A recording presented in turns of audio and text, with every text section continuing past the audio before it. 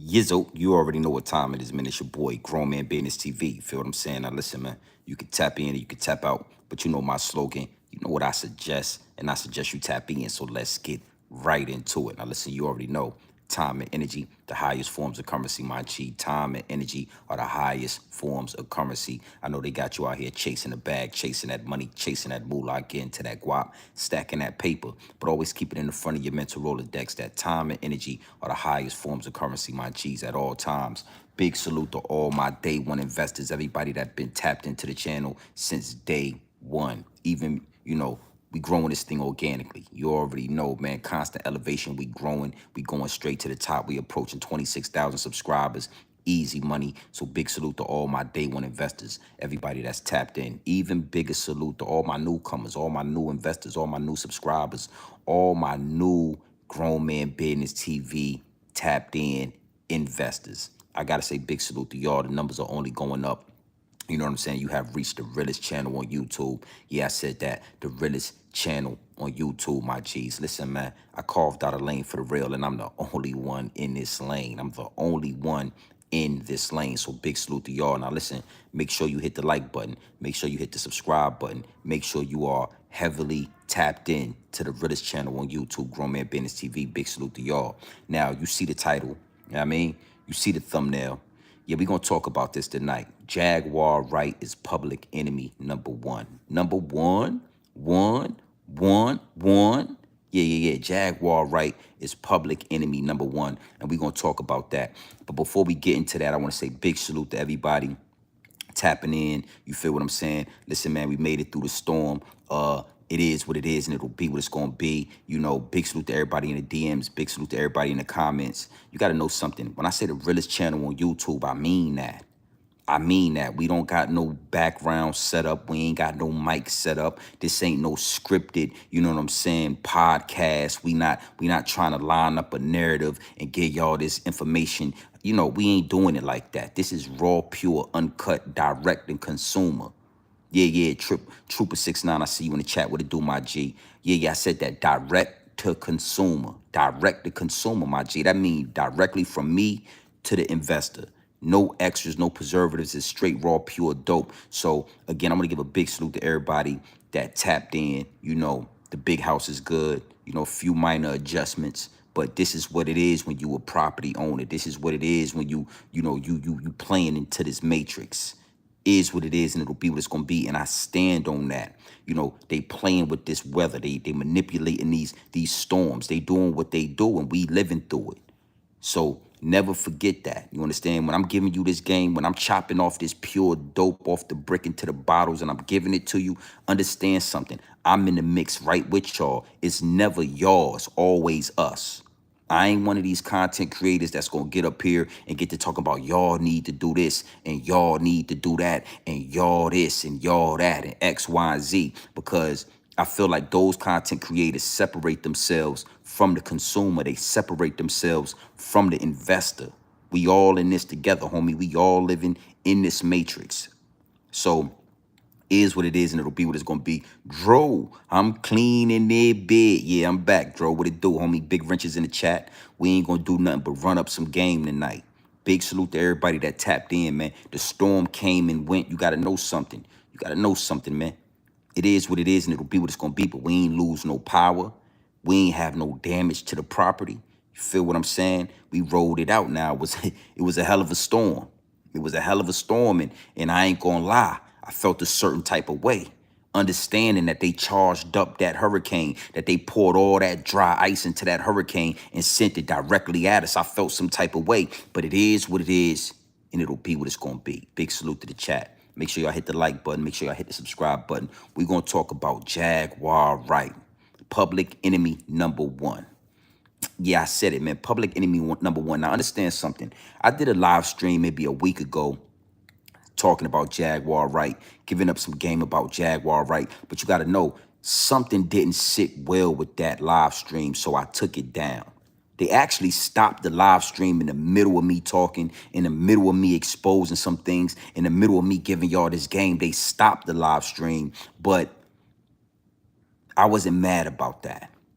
Because one thing for sure, two things for certain, I don't want to be the guy talking down on another truth teller. Let me say that again. I don't want to be the guy on YouTube or in this content creating, you know what I'm saying, zone, speaking down on a fellow truth teller.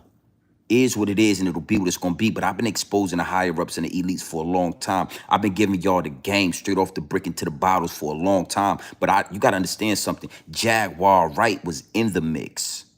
She was actually a sex worker. I mean, she done rubbed shoulders with all of these higher ups and all of these elites. She's really been in those rooms. Is what it is and it'll be what it's going to be. Like it or not, the truth is the truth. And the truth don't care about your feelings. The truth don't care about my feelings. She really been in them rooms. So when the downloads is downloading, I just got to go with what's coming to me. And what came to me from the downloads was G and BTV. She telling the truth. She's a truth teller just like you. She's a fellow truth teller. Only difference is she got way more truth to give up. She got way more game to expose. I mean, she really been amongst them people. She really been misused. She really been taken advantage of. And now she talking. G and BTV, double back on that. It's a reason why they took that video down. It's a reason why, you know what I'm saying, things went left when it came to that video. It's because Jaguar Wright is absolutely telling the full-on truth about any and everybody she talking about. Now, the more I listen to Jaguar Wright, I understand she got a few of her facts a little bit misconstrued. She getting a few names misplaced here and a few names misplaced there, but nonetheless, she's giving up that game. And I gotta salute Jaguar Wright. And I want to say everybody need to keep an eye on Jaguar Wright. Everybody need to keep their antennas up, keep that third eye open, because if something happened to Jaguar Wright, you need to know exactly why it went down that way. Oh yeah, we not gonna hold no punches tonight. We done made it through the storm. We back on, regularly scheduled programs, my G. We not holding nothing back. All in Alkaline Lifestyle. I see you in the chat. Big Wrench is already in the chat. That feminine energy that we all do need. Make sure you hit the like button. Go to a channel. Hit the subscribe button. Make sure you locked in. All in Alkaline Lifestyle. I got big wrenches. Big wrenches. But understand something. Understand this. And you need to follow the truth tellers, homie. You need to, again, I said to myself, man, I can't call Jaguar Wright crazy. Now, is she a little bit loony? Sure. Is she a little bit off her rocker? Sure. But when she get to talking about the higher ups and the elites, you need to understand something. She's always speaking very clearly. She articulates herself on the highest level when she giving that game up. So anybody calling her crazy or anybody calling her a liar when she's talking about the industry, we need to turn this, we need to side eye them. Yeah. Red flags all over the field. Your wheels need to get to turning when Jaguar Wright is talking and somebody is trying to defame her. Somebody is trying to speak down on her. It is what it is and it'll be what it's going to be. And I don't got no videos on my channel talking down on Jaguar Wright. Public enemy number one. Oh, yeah, we're going to talk about Jaguar Wright is the #1 threat to the establishment right now as we speak. I don't think there's been another threat to the establishment on the level of Jaguar Wright in a long time, homie. I can't really think, even off the top of my head, who is going at the higher ups and the elites at a higher level other than Jaguar Wright. When I tell you public enemy #1, I'm telling you, homie. She got targets and bullseyes all over her back, homie. Ain't no telling what's going to happen. Yeah, you need to know something. She need to know something. Jaguar Wright, you might want to keep your head on the swivel at all times. You thought I was giving you some game. The more I listen to Shorty, the more I give her my attention, the more I do my due diligence, the more the higher. Listen, man, the downloads is saying the downloads. The downloads is downloading. Shorty is the #1 threat. And I'm not just talking about the P. Diddy. I'm not just talking about the Jay-Z and Beyonce's and all of these high-end puppets, because you got to know something. The high-end puppets are being exposed right now. They're being sacrificed as we speak. But I'm talking about the real higher up and the real elite. What are you talking about, G? I'm talking about them people. You already know. Yeah, we back. Them people with that dog fur. And see, one thing for sure and two things for certain that I gotta give a salute and much respect to Jaguar Wright is that she ain't afraid to call them people out. She ain't just talking about celebrities, hip hop artists. She ain't just talking about the culture. You understand me? She talking about them people. And see, that's where I put her above Cat Williams. Cat Williams, he did his thing. He got his numbers. He made some money. But I didn't respect the fact that Cat Williams didn't say one person's name that got a head full of that dog fur. Yeah, he talked about Steve Harvey. He talked about Jay-Z. Talked about Puffy. You got to tell Puffy no. He went viral. But he didn't say one name that meant something. He didn't say one name outside of the culture. And that's why I had to push Cat Williams to the side like, hold up, homie. Make way for the real truth tellers. Get out the way, homie. You an entertainer. You trying to get hot for your little tour. You pushing all your people under the bus, but you scared to say them names, homie. Even Cat Williams is scared, shaking in his boots when it come to what this is really about. So again, man, we tapped in. Big salute to everybody that locked in with Grown Man Business TV. Everybody's safe. The big house had little to no damage. A few little chinks in the armor that I'ma tighten up. Next time it is a storm, I won't blink an eye. You know what I'm saying? And I want to say this before we get into Jaguar Wright, is that that storm was so powerful that if you had anything if you had any chinks in your armor, that storm was gonna expose it. And I had a window or two that had small leak in it. So we fixed that up. We got that nice and neat. But I'm very proud of myself and I'm proud of the big house on how, the maintenance on this property has been kept up. We didn't have no issues. No issues. Pool still back there. Enclosure didn't move. Yeah, we did that. So big salute to the chat, man. And we're going to get right into a clip. I want to show y'all something, man. Again, Jaguar Wright.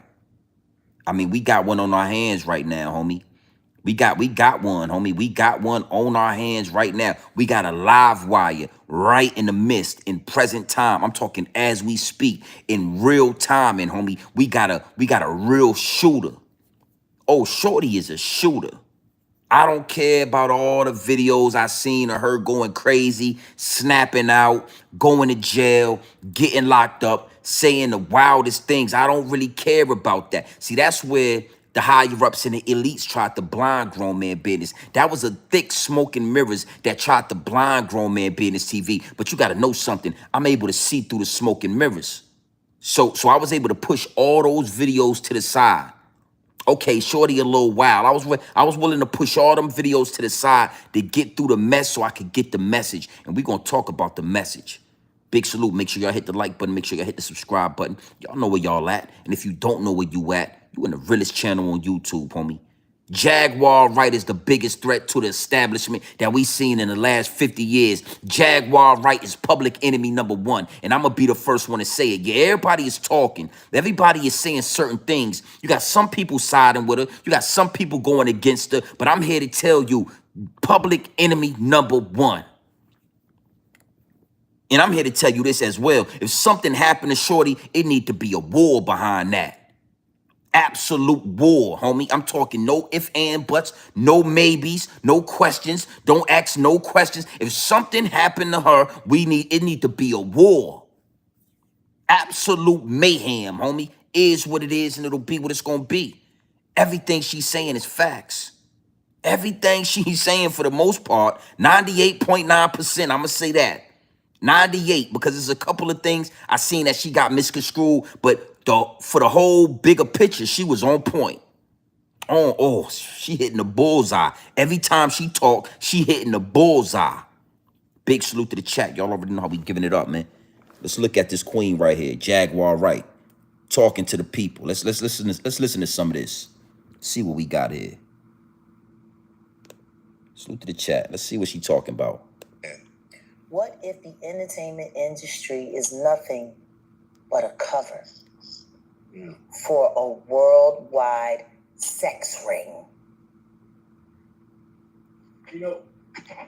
because we was talking about this the other day, and I asked you, what is the music industry? I said, what is the birthplace of it? And you told me how it started with the Italians and the Jews. And the Jews, yeah. Can you just get, for people who don't know, like, because when I always thought black people started music, just me. Well, the thing is we did. We were the culture. The Jews and the Italians monetized it and started setting prices. Stop right there. Let's stop right there. They always ask me, Grown Man Business TV, why you always got to go back to the dog fur people? Why you always talking about the dog fur having people? What's that about? Well, I tell you one thing for sure and two things for certain. All roads lead back to the dog fur having people, my G. All roads. It don't stop. It is what it is, and it'll be what it's going to be. And again, I got to salute Jaguar Wright for standing on business. She ain't scared to talk about them people. Cat Williams, yeah, homie, I seen through that. Seen through that a long time ago. She said, what if the music business is a cover-up for a huge sex ring? I said, okay, I can dig that. Let's go a little bit further. Yeah. China Brim, I see you in the chat. What it do, my G? 050 the movement, you already know we rocking. Rubbing shoulders, bosses is gonna rub shoulders with bosses. So I said, damn, that's deep, right? A sex trafficking ring.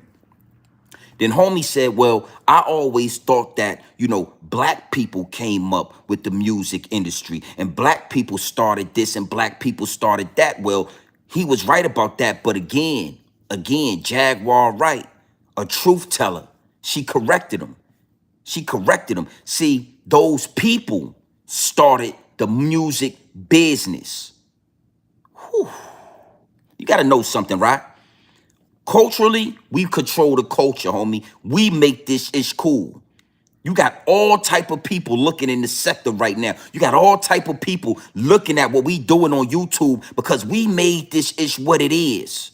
It's the same thing that happened with music back in the day where them dudes was rapping and tapping, spitting and skitting back in those days. They was rapping and tapping, spitting and skitting, right? And then them people saw it and they monetized it. See, we created the culture. We created what music is. And those people created the music business. And within the music business, within this business, right? Because not the culture. It's not our culture what they saying Diddy did. It's not in our culture what they saying Jay-Z did. That was introduced to them by the music business. And who controls the music business? Well, hey, again, I got this, man. This shit is deep. It's deeper than rap, homie. It's always deeper than rap, my G. But a cover for a worldwide sex ring. Because we was talking about this the other day, and I asked you, what is the music industry? I said, what is the birthplace of it?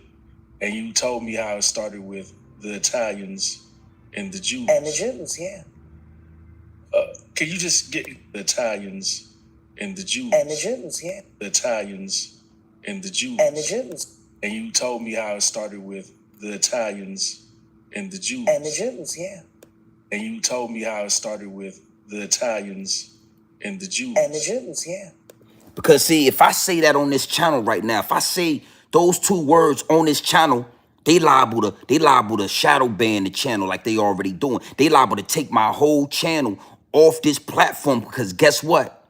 Those same two words run this platform that we on.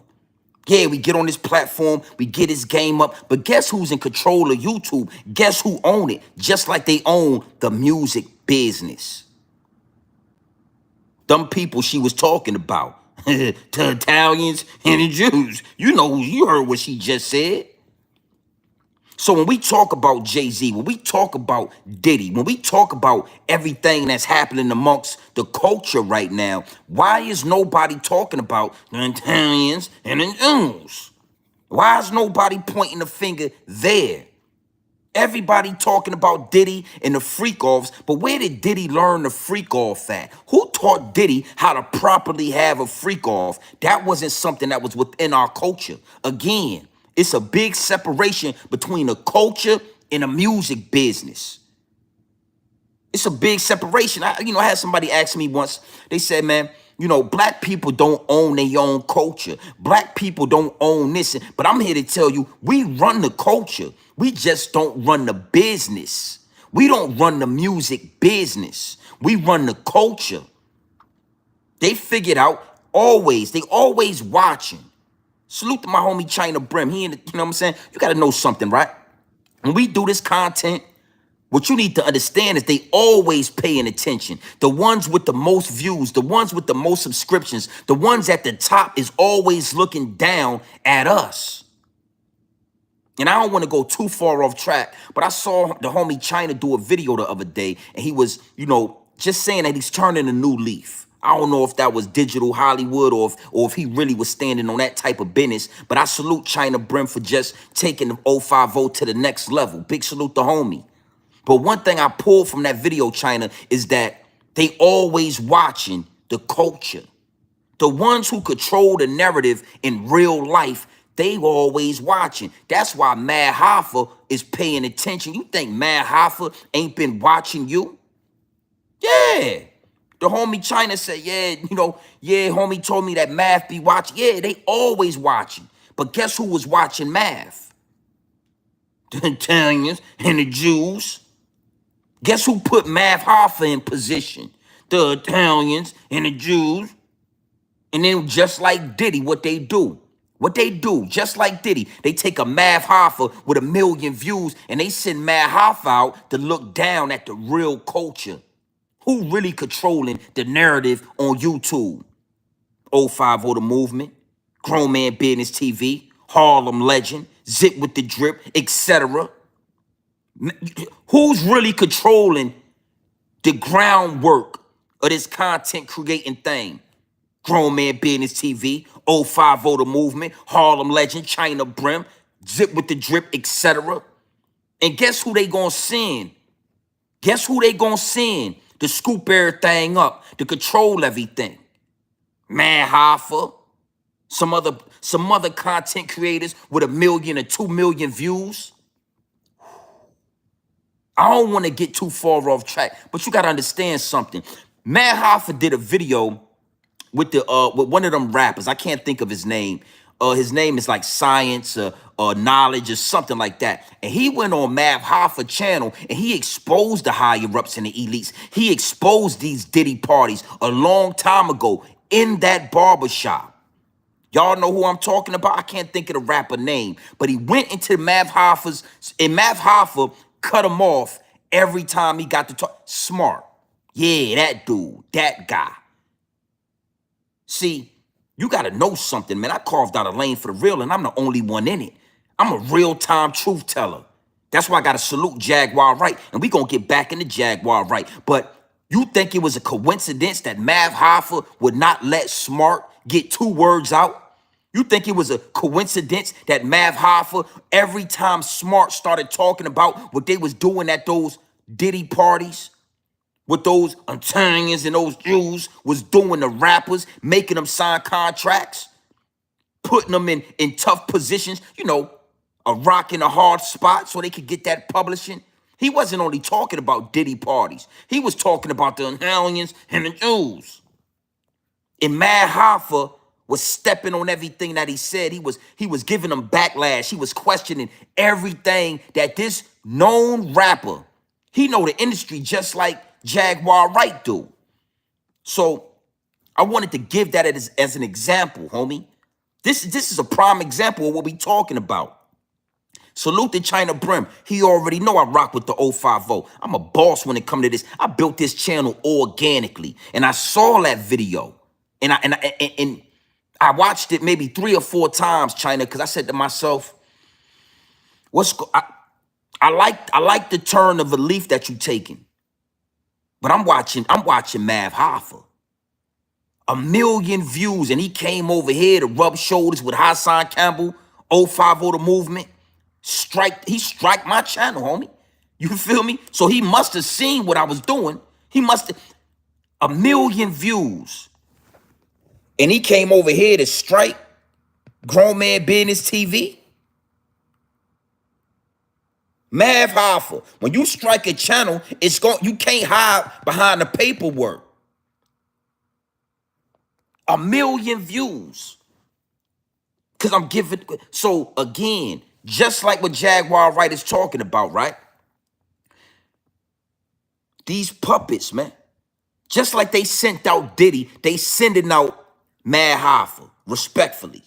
I ain't got nothing against Mav Hoffa, but the real is the real, the fake is the fake, the right is right and wrong is wrong, homie. Truth don't care about my feelings, and it don't care about your feelings. So Mav Hoffa, he's in tune with 050 the movement. He's in tune with China. I bet he is. Because China Brim ain't got no filter. But you know what Mav Hoffa's here to do, China? Mav Hoffa's here to put a muzzle on you, homie. Mav Hoffa's here to control how much cursing you do. Mav Hoffa's here to control the narrative. Yeah, 050 the movement, Harlem Legend, China, they ain't got no muffle on them. They ain't got no muzzle. They might just go live right now and do a Clash of the Titans where you could go up there and you can go back and forth. You can say whatever you want to say. They're going to put a stop to that. You want to go to the next level, China? You want to get up on Mav Hoffa? Oh, you're going to have to pay for that, homie. It's a lot that come with that. Got my man China Brim doing videos talking about he ain't China. I'm talking a whole nother China. I ain't never seen this China. And I respect it. Salute to China Brim. But I like the raw, rugged, and uncut China Brim. That's the China Brim I tune into. Yeah, no muzzle. The Yosemite Sam of YouTube. I call China Brim the Yosemite Sam of YouTube. He pull out and get the blazing. He just pull 2 guns blazing, and he ain't worried about what you think about it. He ain't worried about what the higher ups and the elites feel about what he's saying. China Brim to me is the Yosemite Sam of YouTube. 2 revolvers get the blazing, homie, instantly. But you know what they gonna do? They gonna muffle that. They gonna put a muzzle on that. They gonna get some control over the 050 the movement. They gonna control that. I told y'all, YouTube is the new portal. YouTube is the new record business. YouTube is the new death row, homie. Is what it is, and it'll be what it's gonna be. Now, back to Jaguar Wright.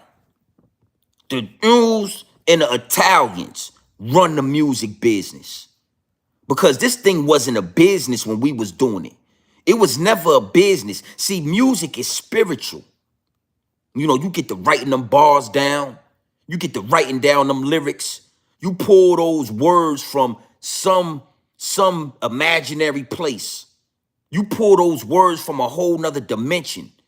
You understand what I'm saying? And then you pull it into this dimension, and you materialize those words, and you put them on wax, and people, they relate to those words. They relate to those lyrics. They gravitate towards you due to the words that you pull from a whole nother dimension.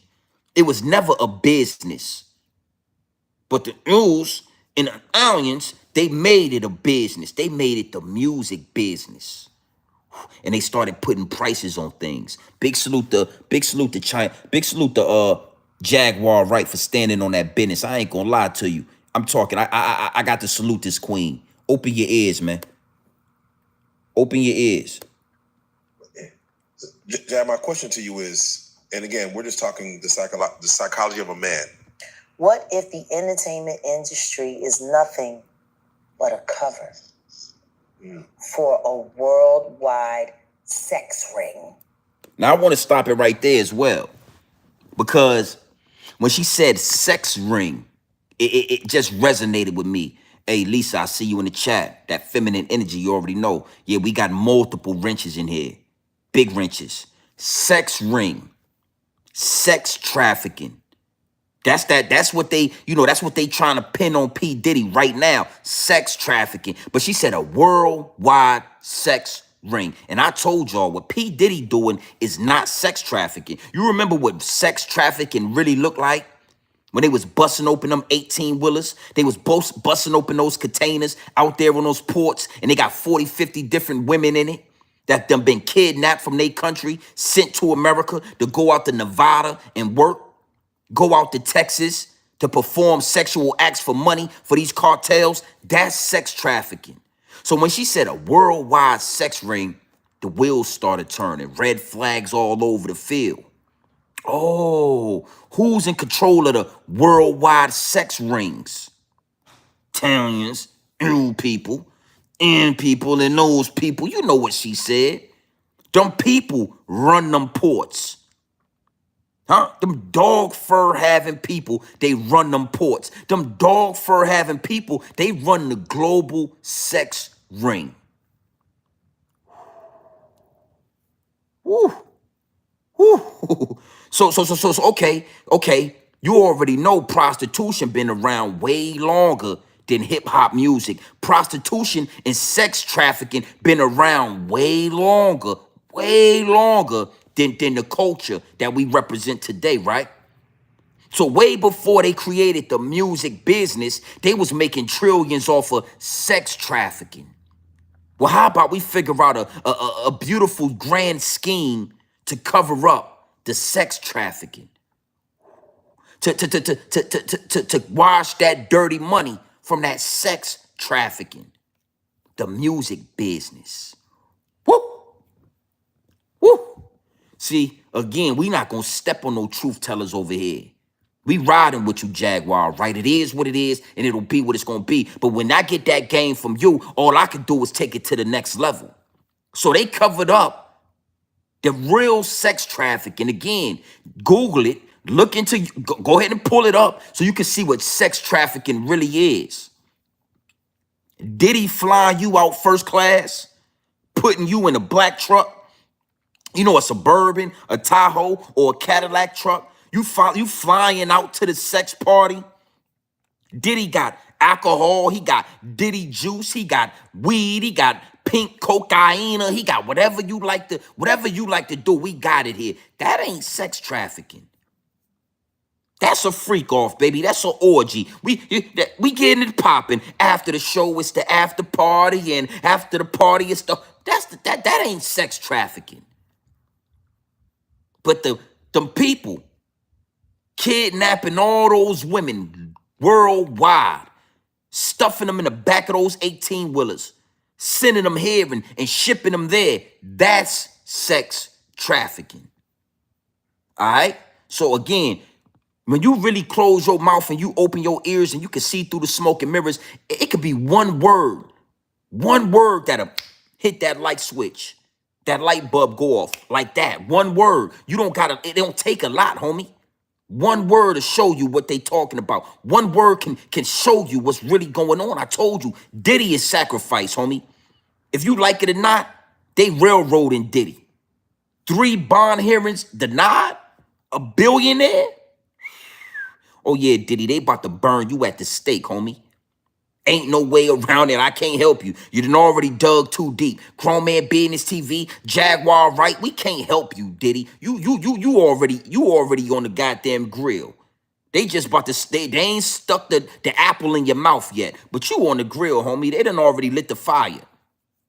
They about to burn your ass up. But we can't get his game up. You done, Diddy. Chalk it up, man. One word, sex ring. Woo. Woo. We the culture. Yeah, we control the culture, but we don't run the music business. And let's listen to Jaguar Wright break that down one more time for y'all. Big salute to the chat. You know, because we was talking about this the other day, and I asked you, what is the music industry? I said, what is the birthplace of it? And you told me how it started with the Italians and the Jews. And the Jews, yeah. Can you just get, for people who don't know, like, because and you told me how it started with the Italians and the Jews. And the Jews, yeah. And you told me how it started with the Italians and the Jews. And the Jews, yeah. And you told me how it started with the Italians and the Jews. And the Jews, yeah.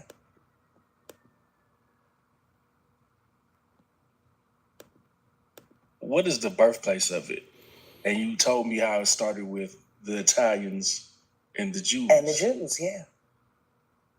Can you just get, for people who don't know, like, because When I've always thought entertainment, black people started music, just me. well, the thing is we did. We were the culture. The Jews and the Italians monetized it and started setting prices. That's why Clarence Avant was so important to the black community in entertainment, because he was the go-between for the talent to the powers that be. He understood what their objective was, and he knew what his people needed, and he created that balance, which is why Clive Davis hated him so much. Clive Davis. What we gonna do, baby? What we talking about? See, one thing for sure, two things for certain. The same thing that make you laugh or make you cry. The same thing that'll make you laugh or make you cry. So taking down the Diddy, taking down the Jay-Z is only gonna make real truth tellers look past Jay-Z and look past Diddy at what's really going on. Only the sheep is just gonna ride on Diddy. Only the sheep is just gonna ride on Jay-Z. But the wolf in sheep clothing, yeah. We gonna pull the sheepskin back and get to looking at whoever doing the slaughtering. Who's doing that? Where's that come? Okay, you got a couple but what's going on? The wolf in sheep clothing. That's grown man business TV. And I'm gonna tell you something, homie. On a grand scheme of things, on the highest level, I'm watching this. I'm watching it on YouTube. I'm watching it in the music industry. You know, the music business. I'm watching it all the way around. My eyes is wide open. The third eye is wide open, homie. And I ain't bending, breaking, and folding, man. You gonna get down or you gonna lay down. You gonna rock with this or you gonna get out the way. Clive Davis. Now you gotta know something. Clive Davis is one of the ones who taught Diddy how to rob his. He taught Diddy. Clive Davis, from what I know, from what the downloads is download. Clive Davis is the first man to put his hands on Diddy. He's the first person in the music industry to show Diddy the real way to rob your artist, the real way this music industry works. See, we grow up, we want to be rappers. The culture feels so pure to us. You know, you start growing up, you start hearing beats, you see rappers, you idolize these rappers, you want to be like these rappers because the culture is pure. The music industry is demonic, homie. It's satanic. The music industry is what poisons the culture. So you got somebody like Diddy, man. And again, man, I ain't taking nothing from what Diddy did or what he didn't do or what he let himself get caught up in. But Diddy went to Catholic school. Diddy went to Catholic school. And we all know what them Catholic priests like to do with them altar boys. Let me say this again, Albie. Let me say this again. Sean Diddy Combs went to a Catholic school. And we all know what those Catholic priests like to do with those altar boys. So I'ma just give you some game. You got to know that when Diddy was an altar boy, that Catholic priest, 9 times out of 10 was taking him into the back of that church and showing him something. And I'm gonna be respectful because at this present time, Diddy had to be a child. So any child, you know, anything against a child, I ain't gonna laugh at. But Diddy, if you look at those old pictures of Diddy with all that lip balm on his mouth, greasy lips, freaky pictures of Puff Daddy, you got the where did that come from? They wasn't really doing that in Harlem. Mount Vernon, they wasn't really getting down like that. It was some gangsters in Harlem. It was some gangsters in Mount Vernon. And somehow, some way, Diddy had that freak in him real early. He had that freak in him real early. Or them altar boys was freaking. Them altar boys was freaking. Now, we don't really see too many Catholic priests on trial, but we know they freaking with them little boys. So Diddy been exposed to the freak off since a child, homie. Since a child. But when he got into the game, it was Clive Davis that recognized that altar boy in Diddy. It was Clive Davis that got the partying with Diddy, that got the drinking with Diddy at one of those, the mansion parties. And he looked at Diddy and he saw that glistening lip balm all over his mouth. He saw how Diddy was putting that champagne bottle to his mouth, and he saw the freaking Diddy. Yeah. I'm not saying allegedly, homie. It is what it is, and it'll be what it's gonna be. It is what it is, and it'll be what it's gonna be. I stand on the business. Clive Davis saw the freaking Diddy. And guess what Clive Davis did? He leaned over to Andre Harrell. Hey man, we got one. Look at him. Look how he sipping on that bottle. He got the bottle to his mouth. He a baby. He got a baby bottle to his mouth. Look how he drinking that milk. What are you talking about? I'm talking about P. Diddy, Puffy. That back in the day, Diddy was Puffy. He wasn't Diddy yet. He was Puffy. Hey man, look, we got one. Man, look at him goddamn jeans. His Finny looking a little puffy. He looking a little Puff Daddy and a Puffy Daddy. His daddy is looking He leaned over to Andre Harrell. Because you got to know something, and I'm going to be 100 with you. Them dog fur people is cowards for the most part. They don't do nothing in the light. They want something done, they always reach out. They always get somebody to do the dirty work. Y'all don't remember that Kim Porter said that she walked in on Diddy and Andre Harrell, and Diddy was doing the puffing. He was doing the Puff Daddy. He was Blowfish. He was Hootie in the Blowfish back in the day. P. Diddy, Puff Daddy, he was Hootie in the Blowfish. Oh, he was blowing that fish. P. Diddy was blowing. Yeah. That's why they got rid of Kim Porter. That's why they had to do Kim Porter, and she got the pneumonia, and yeah, all that happened because she walked in on Puff Daddy, Hootie and the Blowfish, and he was doing that with Andre Harrell. Andre Harrell greased up Puff Daddy and then sent them over there to Clive Davis and let Clive Davis have a little. Why you think Puffy so freaky? Why you think Puffy don't care about? We gonna get into that. Chill, Will. Yeah, we gonna get into that because I'm gonna tell you something. I saw some video. Puffy had Biggie freaking off.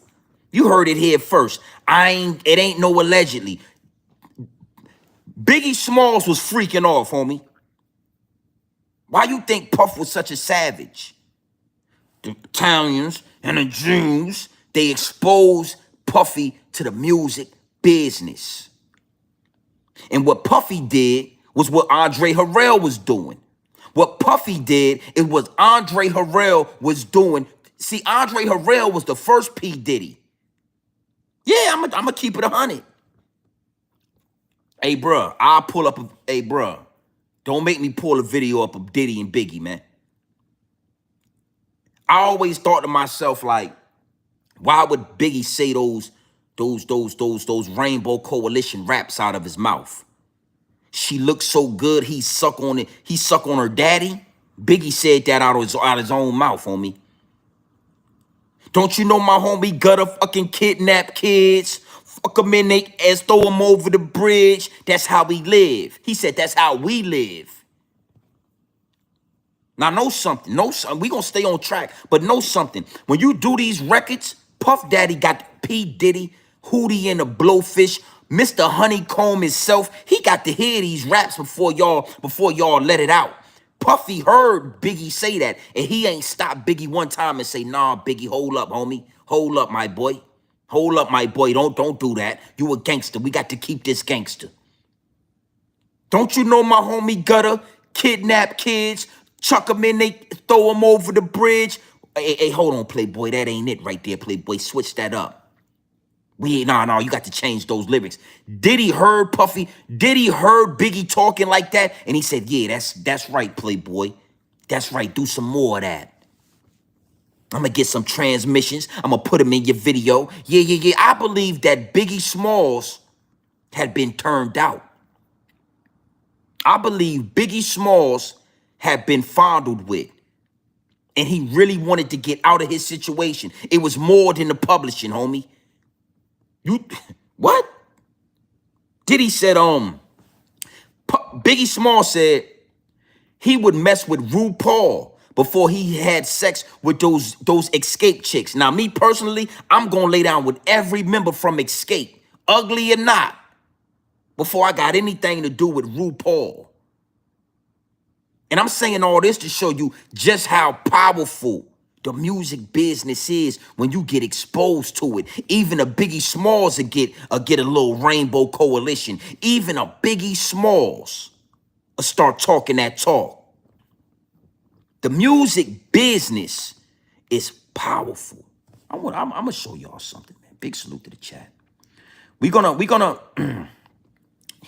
have fun with this tonight. Big salute to the chat. Y'all tapped in. Y'all already tapped in with what we got going on. 450 people in the live chat. You understand? Hit the like button, man. Stop playing, man. Hit the like button. I don't like to ask. We need to at least be at 100 likes.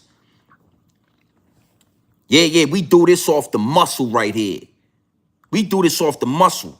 And I'm going to do a whole live stream because Matt Hoffa, I don't care. I ain't got nothing against Mav Hoffa, but I see what they about to use you for, Mav Hoffa. I see it before it even gonna happen. I already know that your 1 million views, you about to be a puppet. You about to start trying to do business and do content with the real YouTubers, with the ones who controlling the culture. We controlling the algorithm. And the higher, they about to send you, but I see you, homie. Let's talk about this, man. Let's talk about this. Let's get into it, man. It is what it is, and it'll be what it's going to be. P. Diddy turned out all the rappers that was next to him. Why you think Craig Mack ended up going out the way Craig Mack went out? Biggie was compromised, homie. I know a lot of y'all don't like to hear it, and I'm going to get back to Jaguar Wright because I got to stay on course, but you need to know something. Biggie was compromised already.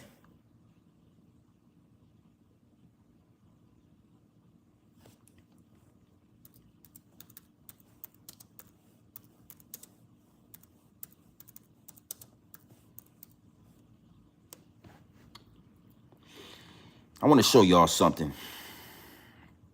I want you to brace yourself for this because it's nasty work. It's nasty work, B. Hold on. Let me see if I can get this right for y'all. I want y'all to get this right. Let's get this right. You know, Biggie Smalls called Puffy his Jesus. He called him his Jesus. He said that Puffy saved him. And I want to show you. I want to make sure that we on cue. He told Puffy that he loved him. Oh yeah, this is the video. I want you to see this. And I'm gonna after I get this to you, we gonna get back to Jaguar Wright. I want you to look at this, guys. Big salute to the chat. Run them likes up. 450 in the building. Before I show y'all Diddy and Puffy flirting. Yeah, I said Diddy and Puffy, my bad. Biggie Smalls and Puff Daddy. Old Puffy. I want to show you what Puffy was back in the day. A lot of y'all don't remember who Puffy was. Y'all know him as Diddy in Love, but I remember the Kango. I remember Puff Daddy with the shiny lips. Diddy had Biggie Smalls in the studio talking about sleeping with RuPaul. Diddy had Biggie in the studio talking about he'll suck a man off. Puffy had Biggie in multiple videos with a transmission. A whole Tampa Bay Buccaneer. Yeah, Tampa Bay Buccaneer laying down in Buccaneer to a Buccaneer. I seen a video of Biggie Smalls kissing a ring. And when we get to 100 likes, I'm going to show y'all a video of Biggie Smalls and Puff Daddy in a compromising position, homie. I ain't never knew it. Big salute to the DMs. Big salute to everybody that's locked into the channel. Because, you listen, man, when they send me these clips, sometimes I'm blown away myself. Biggie Smalls said, don't they know my homie Gutter kidnapped kids? Chuck them in their ass and throw them over the bridge. Why would your homie Gutter do that to a child, homie? Why would he do that? So I can't say Drew, right? But I could talk about a man raping a child and that get put on a CD, that don't get taken off. I could talk about laying down with RuPaul. But if I say Drew, if I say that, you know what I'm talking, flu, Drew. If I say that word, I'm canceled. But I could talk about laying down with RuPaul or sucking off Shorty Daddy. He said he'd suck a daddy off. I want to show y'all something, man. Big salute. Let it get to 100 likes, man. 3 more likes and I'm going to play this video and I'm going to let y'all see what Biggie Smalls and I'm going to let y'all see the real relationship between Biggie Smalls and Puff Daddy. Puff Daddy was grooming Biggie. He already compromised. Biggie was compromised already. I'm sorry, Brooklyn. I'm sorry. Yeah, we just went through the storm. We back on Benny. We back on track. You think they ain't paying attention to the realest on YouTube? I don't need no extras, homie. I don't need a co-host. 500 in the building, direct to consumer.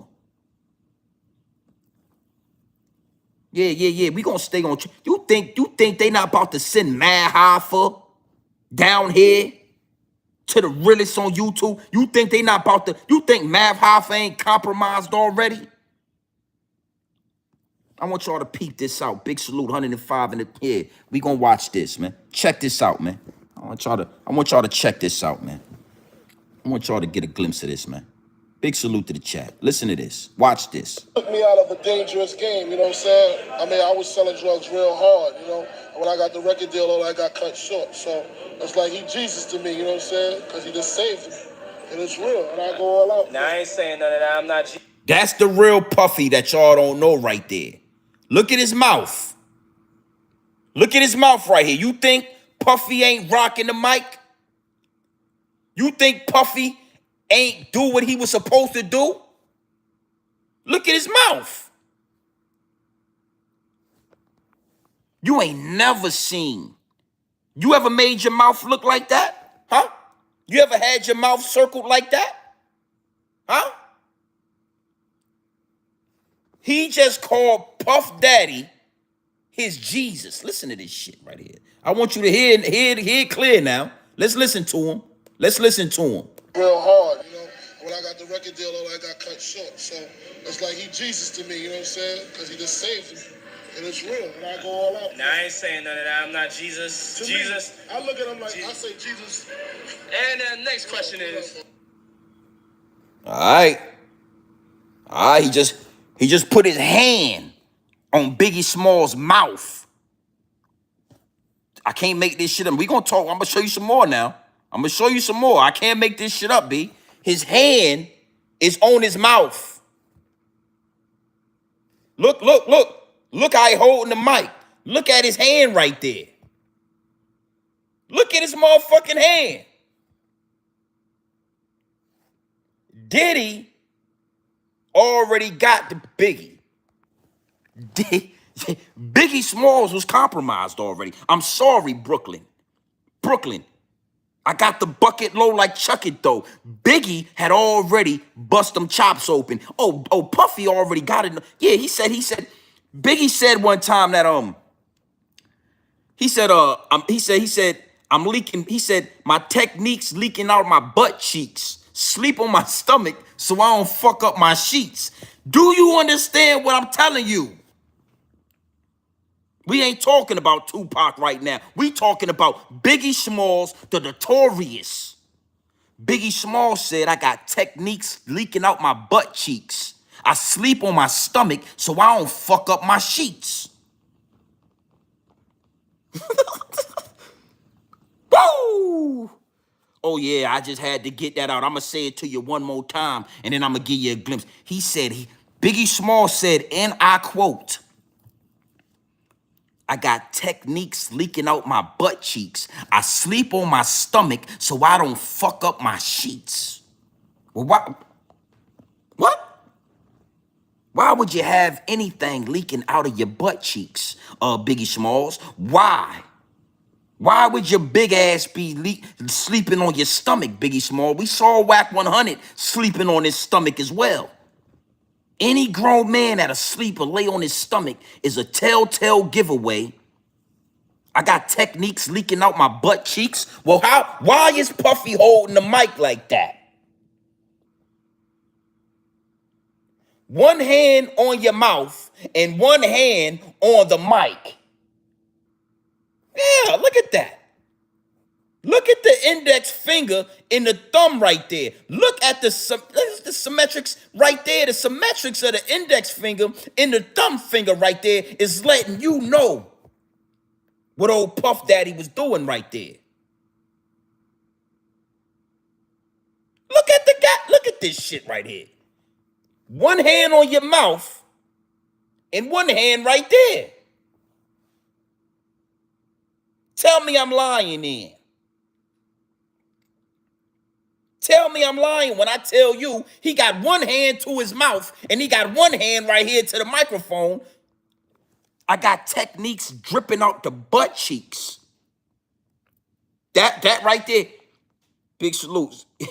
Say so 444. Say so 444. Highly appreciate that. Salute my G. Support the truth. Support the truth, man.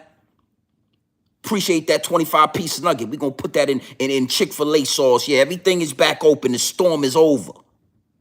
Oh, y'all thought y'all was going to send Hurricane Milton and y'all thought y'all was going to stop the realest on YouTube? You can't stop this shit, homie.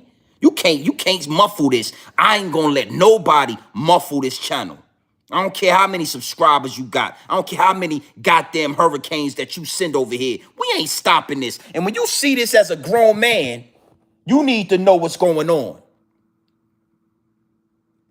My old lady, her hands work like that. So I know what I'm looking at when I see Puff Daddy. Oh, but it get deeper. Let's watch this. Keep your eyes on the channel. Look at this right here. My old lady do that all the time. So why would Puffy be doing it? He had techniques dripping out his butt cheeks. Why would the techniques be coming out your ass cheeks? Why? Nobody asked these questions back in the day. We didn't have the internet. We didn't understand why the technique would actually be dripping out your butt cheeks. It could have came out of anywhere else. Salute to Jaguar Wright. Everybody's been compromised in the music business. But watch this. I'm going to show you something else. Big salute to the chat. Watch this. Watch this shit right here. Watch this. Hand to his mouth. And the next question is, watch out for the thunder out this month. You saved me. Look at Biggie. Look at Biggie. Look at his hand. People realize like how young we are. Now I want to stop right there. Look how he got his hand laid across his motherfucking chest right here. Look at Biggie Smalls right there. Look at Biggie Smalls. Don't take your eyes off of Biggie. But look how Puffy. Look at Puffy. Yeah. You think Puffy ain't freaking off? Look at Puffy. He done had that. He was the techniques that was leaking out his butt cheeks. This guy right here.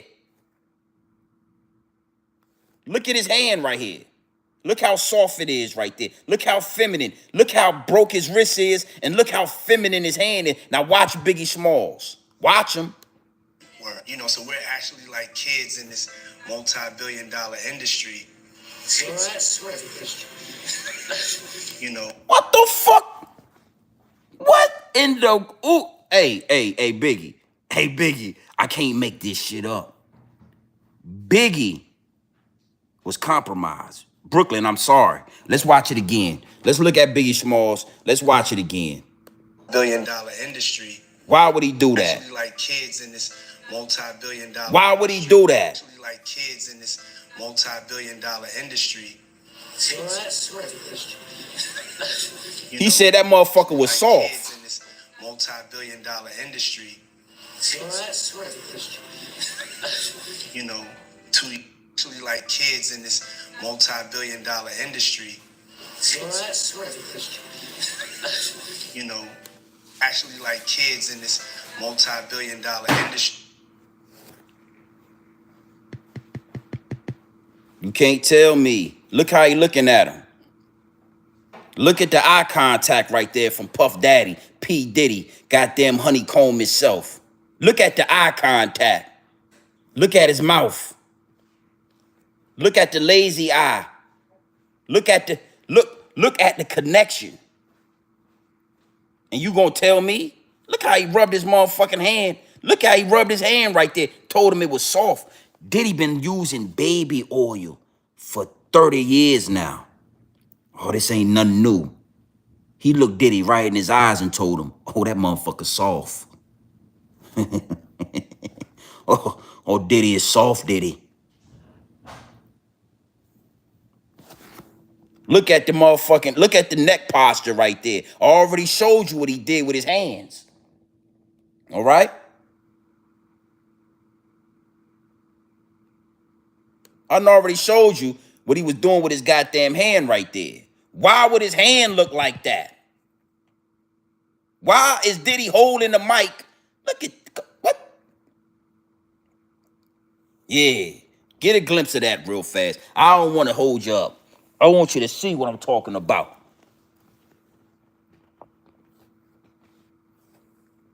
Why would he be holding his goddamn microphone like that?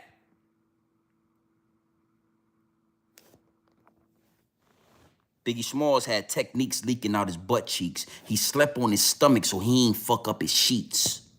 Oh, I can't make it up.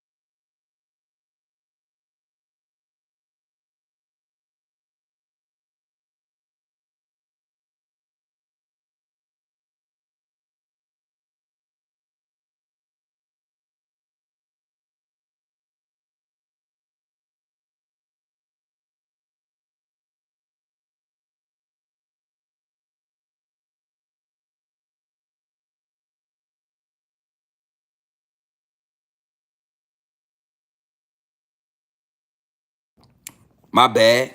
My bad. I digress. You put a one in the chat if you can hear me. But why? Why would he be? Why?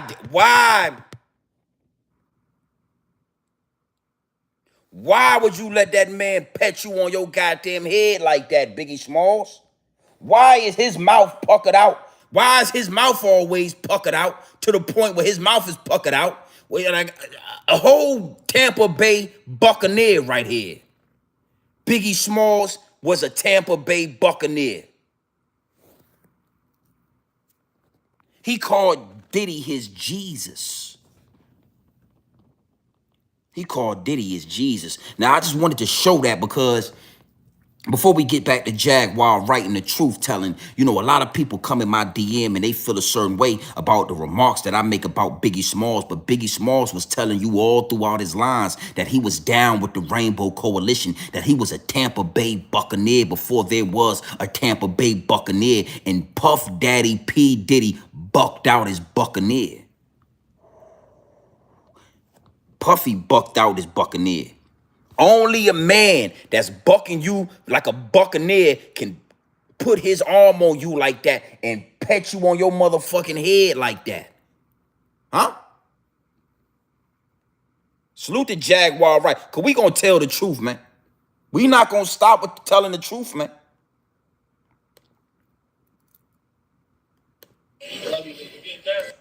drugs real hard, you know. And when I got the record deal, all I got cut short. So it's like he Jesus to me, you know what I'm saying? Because he just saved me. And it's real. And I go all out. Now, I ain't saying none of that. I'm not Jesus. To Jesus. Me, I look at him like, I say Jesus. And the next question is, watch out for the thunder out this month. He saved me. Told that nigga to watch out for the thunder. Told him to watch out for the thunder. Yeah, he told him to watch out for the thunder. I don't think people realize like how young we were, you know, so we're actually I don't think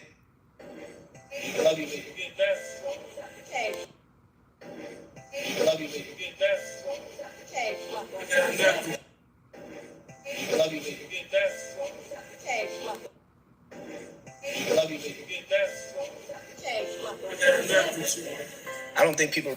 Then he told that nigga to shush that motherfucking work, nigga. Don't you say nothing else.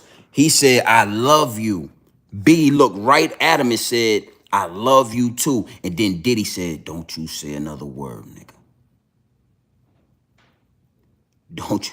Don't you say another word. We freaking off tonight, boss. That what he told him. Don't you say another goddamn word, nigga. Watch this. Watch this. Realize like how young we were, you know, so we're actually like kids in this Why he doing that? multi-billion-dollar industry. Why is he rubbing his Biggie? You know. All right, that's it. Charlie P, I see you in the chat. He said, shh, don't you say another word, nigga. Oh, shh, don't you say another word. The music business. The music business. I'm gonna let Jaguar Wright say a few more things, and then we gonna go further into, you know, what's going on with Jay-Z. Cause I want to speak on that as well. We're gonna talk about that. Biggie Small said the techniques was leaking out his butt cheeks. Always remember that.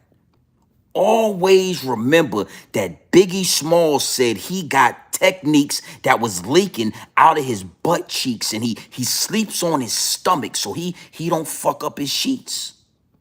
As a young man, I had never heard nothing like that. I was taken back in the day. I didn't understand that shit, Biggie Smalls. And God rest your soul.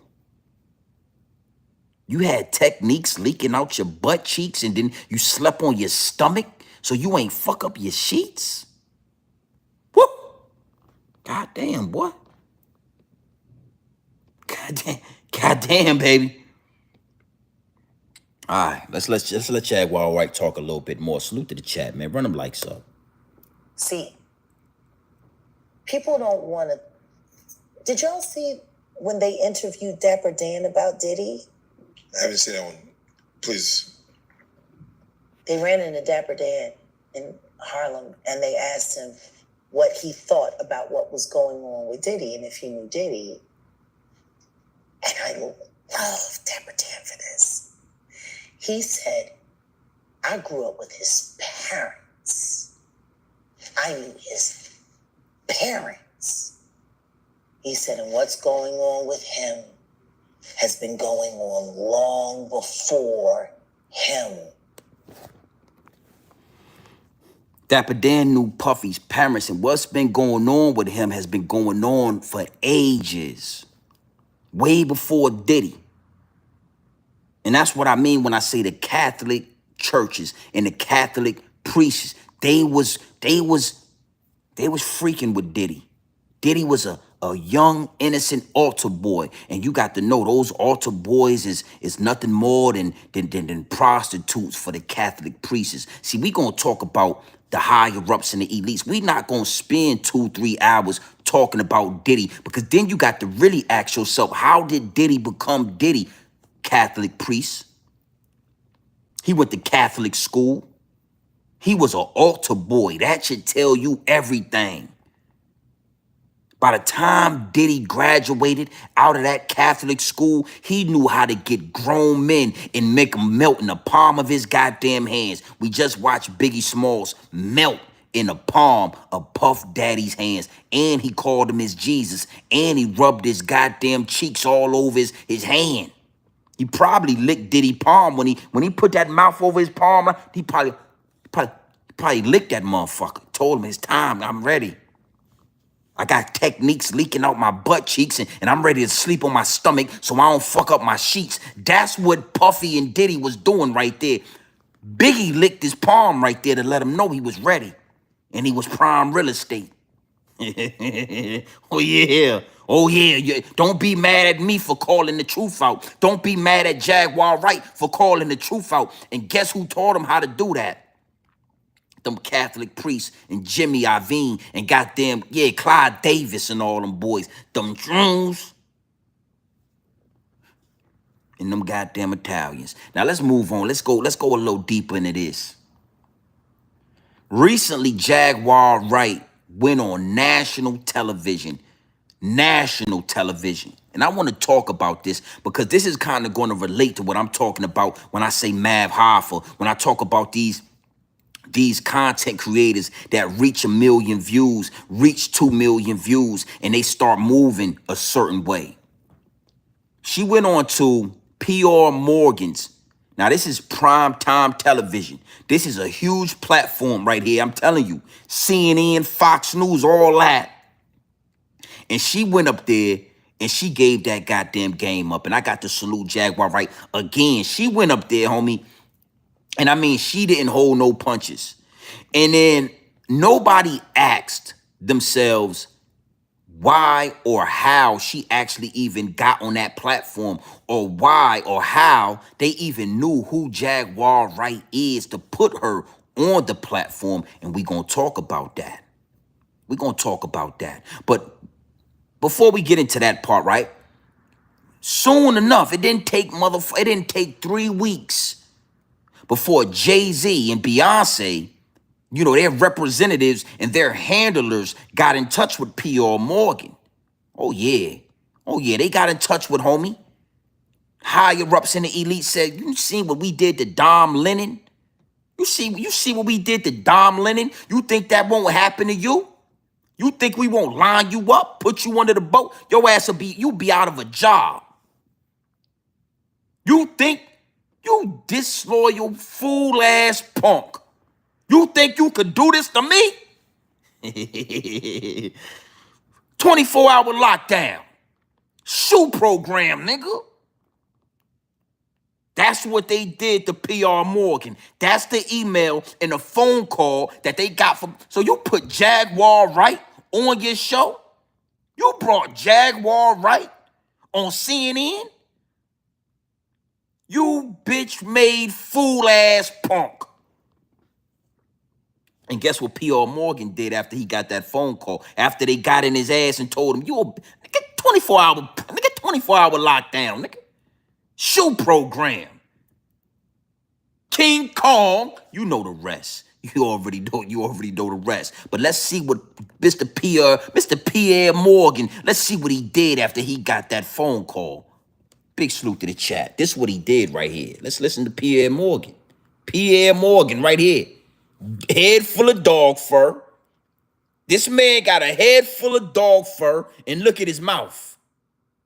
Eyes closed and his mouth.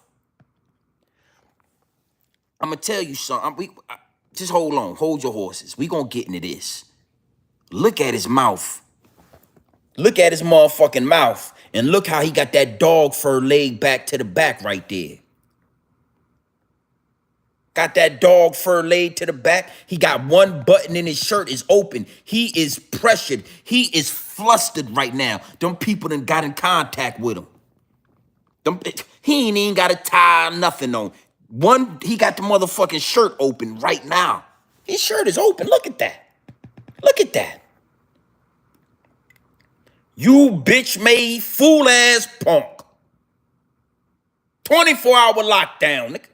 Shoe program. Look at his neck right there. You got that dog fur laid to the back. Whole head. I'm talking dog fur. Yeah, I can smell it from here.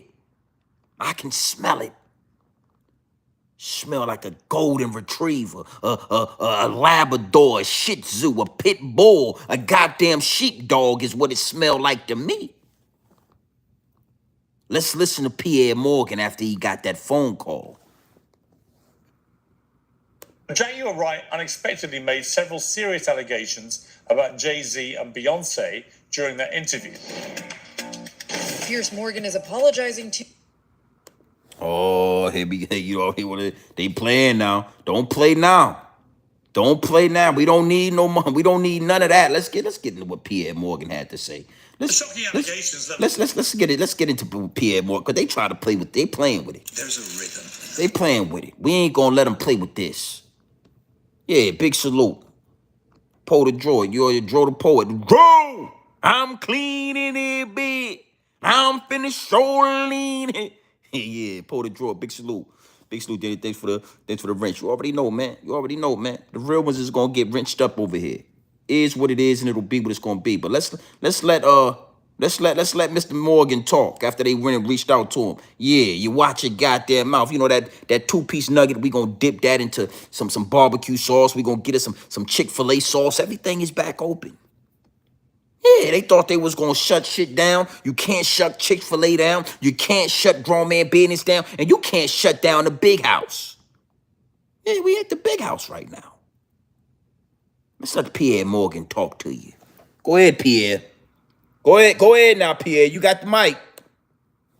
Level that Sean Diddy Combs had burst the floodgates on salacious claims about an industry many people believe harbored a monster. Understandably, the internet's ablaze with claims about these events and whether other powerful figures were involved too. Yeah. Well, last week I interviewed Jaguar Wright, a singer-songwriter who's made claims about Diddy for years. Yeah. Those claims had already received a lot of attention in the media across many platforms for many years. And that's the thing about platforms. The reality of the modern world is that pretty much everyone has a platform as long as they have something to say that other people want to hear. That's why we invited her on to be interviewed. The people making these claims have an audience with or without shows like mine. Well, Jaguar Wright unexpectedly made several serious allegations about Jay-Z and Beyonce during that interview. As I said in the moment, they were not present to respond or defend themselves, but now they have. Their lawyers contacted us to say that those claims were totally false and have no basis in fact, and we've therefore complied with the legal request to cut them from the original interview. Editing interviews is not something we do lightly at a show called Uncensored. But, like the proverbial cries of fire in a crowded theatre, there are legal limits on us too. And we apologise to Jay-Z and Beyonce. Oh, yeah. Oh, he shook. Oh, he scared to death. He's scared to death now.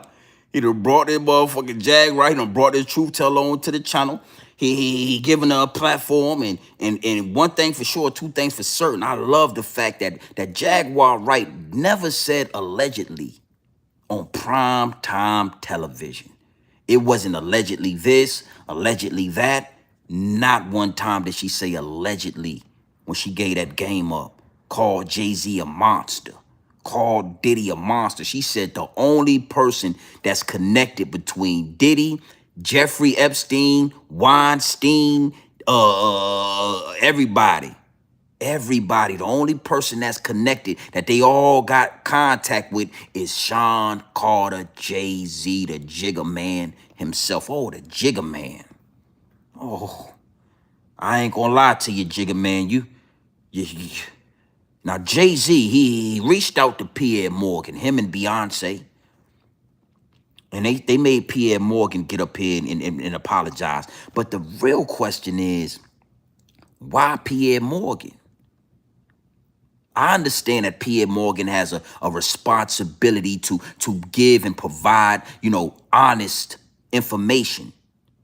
But Pier Morgan did not say one word. It was Jaguar Wright. And, we all saw Cardi B sue Tasha K for about $2 million. I mean, she put Tasha K in a cobra clutch. Tasha K had to do a whole bunch of moving shit around because that money, she ain't have it. So now ask yourself this question. Why didn't Jay-Z and Beyonce sue Jaguar Wright? I mean, I don't know. Me personally, I didn't think that Pierre Morgan did or said anything wrong. Pierre Morgan actually was defending and said, hey, they not here to defend themselves and X, Y, and Z. But why wouldn't they? Nah, it's deeper than being broke, homie. Oh, it's deeper than being broke. Jay-Z and Beyonce, Jay-Z's $2.5 billion. He don't need your money. He needs your silence. He needs you to shut your goddamn mouth on these global publications. We need you to shut your mouth up.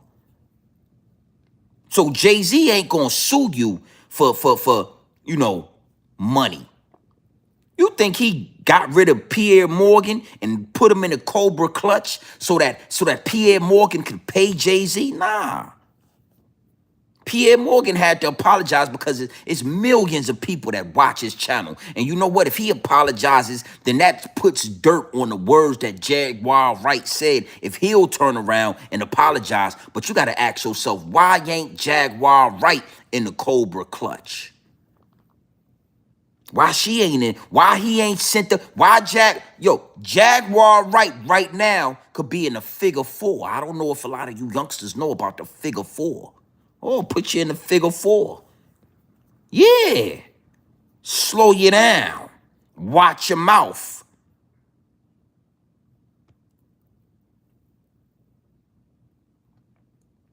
Cardi B said that she drugged and she robbed men. Cardi B said that she had a STD. Tasha K said the same thing and got sued. We ain't heard Tasha K say a word about Cardi B since. Tasha K gets spicy. She talk her talk and she walk her walk. But we don't hear her talking about Cardi B. Yeah, she get real shiny and flustered when Cardi B is brought up. So why ain't nobody ran down on Jaguar Wright? You know why? I'ma tell you why. Jaguar Wright, yeah, she got some ammunition. It's some validity to the things that she's saying. And if you push her between a rock and a hard spot, if you make her end up having to go to court, if you put her in a position to be cross-examined, she already talking on these platforms. Imagine what she'll say to a fucking lawyer in front of a jury. Imagine what she'll do to you if you put her in a figure 4. Salute the Jaguar Wright. I love that. Jay-Z know better. He know better. What? And a lot of people letting that go over their head and they letting it go under their bridge at the fact that Jaguar Wright done said so many different names. She done said so many different, she naming everybody. Everybody. Not just your puppets, not just your celebrities, but actually the Italians and the Jews. She naming everybody. Ain't nobody sent a cease and desist her way one time. Where's the cease and desist at? Where's the lawyer action at? Because listen, let me tell you something. When there's some truth to what she's saying, you gonna walk on eggshells, homie. We might not be able to get you, but Pierre Morgan, you gonna bend, break, and fold, homie. You gonna get down there and you gonna lay down. Cause your ass won't have a job by next week. We'll replace you, homie. You seen what we did to Dom Lennon. Niggas on Twitter some goddamn weird. Yeah. He got a Twitter channel now, nigga. Yeah. When you telling the truth, homie, you ain't got to worry about X, Y, and Z. When you telling the truth, you ain't got to worry about if you going to remember the truth. The truth is the most powerful platform and foundation that you could stand on. Now let's get deeper to this situation, right? You got a Pierre Morgan right here. You got the Pierre Morgan right here. Dog furs laid back. Got that swine on his face right there. Pink like a goddamn, yeah. Pinker than a goddamn swine ass right there. Dog fur laid to the back. Nicely brushed and nicely shedded. And yeah, he been de-shedded before he got online. Got that motherfucking dog fur shaved up and pulled back so we can see his face. Right? And you got to ask yourself this question. How the hell does a Pier Morgan know about a Jaguar Wright? Yeah.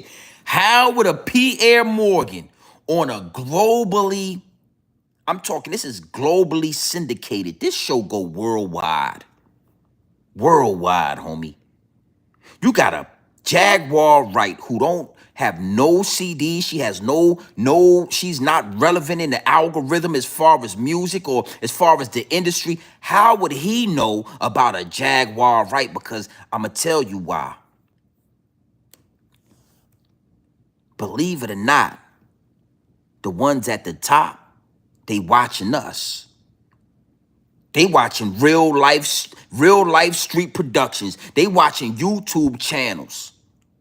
They make you think that, hey, we up here, this is CNN and Fox News. But that's why I always tell you, Grown Man Business TV, my voice is more powerful than CNN. It's more powerful than Fox News. It's more powerful than DJ Envy and Charlemagne the God playing butt tag every day on your morning radio. Because one thing for sure, two things for certain, everybody know we have not been compromised yet. You go on the goddamn Breakfast Club, you've been compromised. You go on CNN, you've been compromised. You go on Fox News, you've been compromised. You've been coached. Yeah, they telling you what to say. They telling you how to say it. That's, Jaguar Wright, she did what she wanted to do. But 9 times out of 10, you've been compromised if you made it to one of those big channels. But you never ask yourself, well, how the hell did they know about me? I knew this was going down when I had a conversation with Hassan Campbell. And Hassan Campbell told me that he was in tune with my content. Hassan Campbell at this time, he was on fire. I ain't talking about the Hassan Campbell right now. I'm talking the Hassan Campbell that was on fire. Say, yo, man, I watch you all the time. Dude with the big Grown Man Business TV, I'm in tune. Damn, you in tune?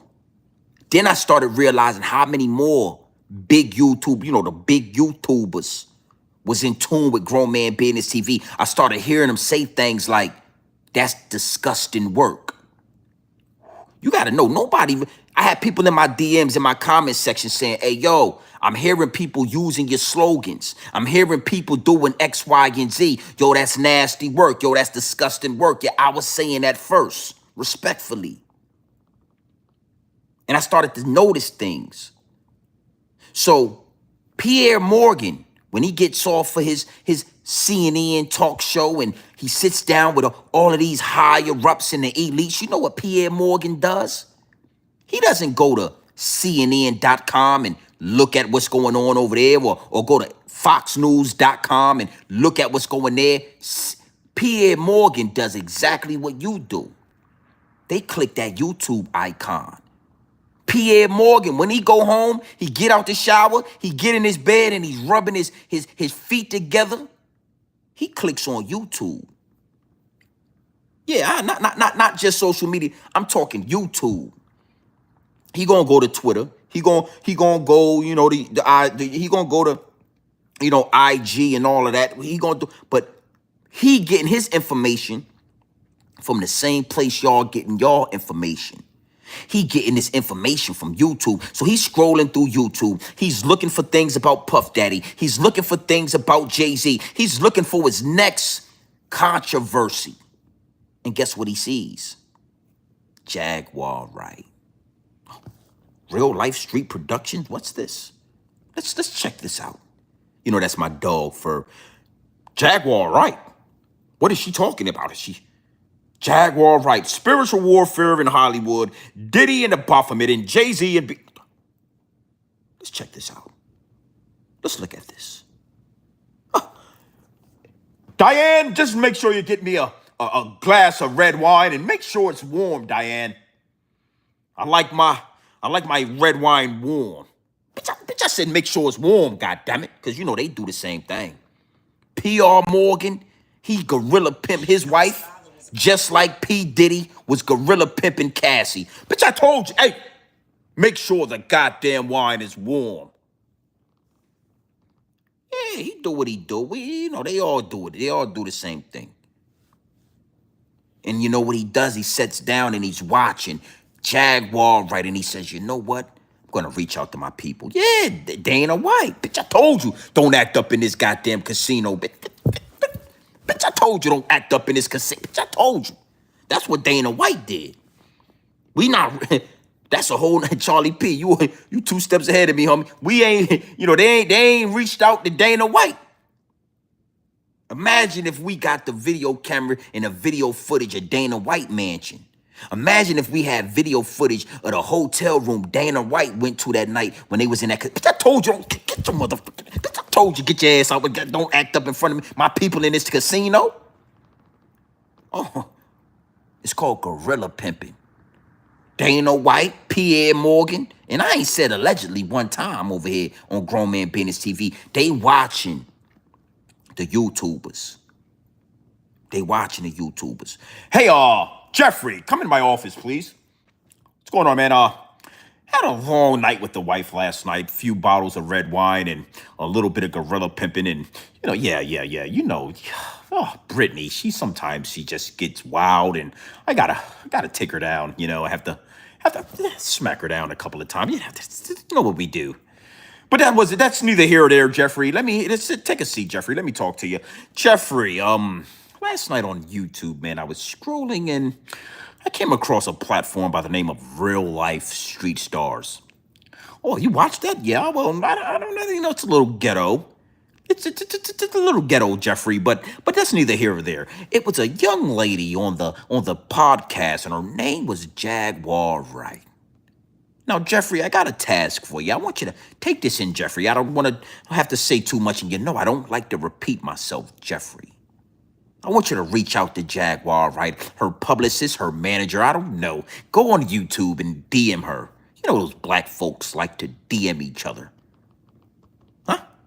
And you let her know that I would absolutely be adorned if she would come onto the platform to give us her opinion on Jay-Z and Beyonce and Puff Daddy. I would love to have a sit down with her. Tell her we'll pay top dollar, take care of her pocket, make sure her pocketbook is nice, and we'll have a unprecedented, unadulterated conversation with Miss Jaguar Wright. Okay, I'm back, guys. I just had to. That's my dog fur impersonation. That's how I feel like I hear the dog fur when the dog fur is communicating. That's how I hear. And now we got Jaguar Wright on Pier Morgan, and nobody knows how it's done. And I want to use that as a segue into Mav Hoffa, China Brim, the higher-ups and the elites. You think it's a coincidence that all of a sudden now Mav Hoffa watching the channel and Mav Hoffa is in tune with 050 the movement and Mav Hoffa might want to do this and Mav Hoffa might want to do that? You think it's a coincidence that Mav Hoffa strike my channel on on August the 11th, 2024? You think it's a coincidence that Mav Hoffa himself, the millionaire subscriber, hit my channel? And we ain't got number 28 days left, Mav Hoffa, and I'm back on your ass, no Diddy.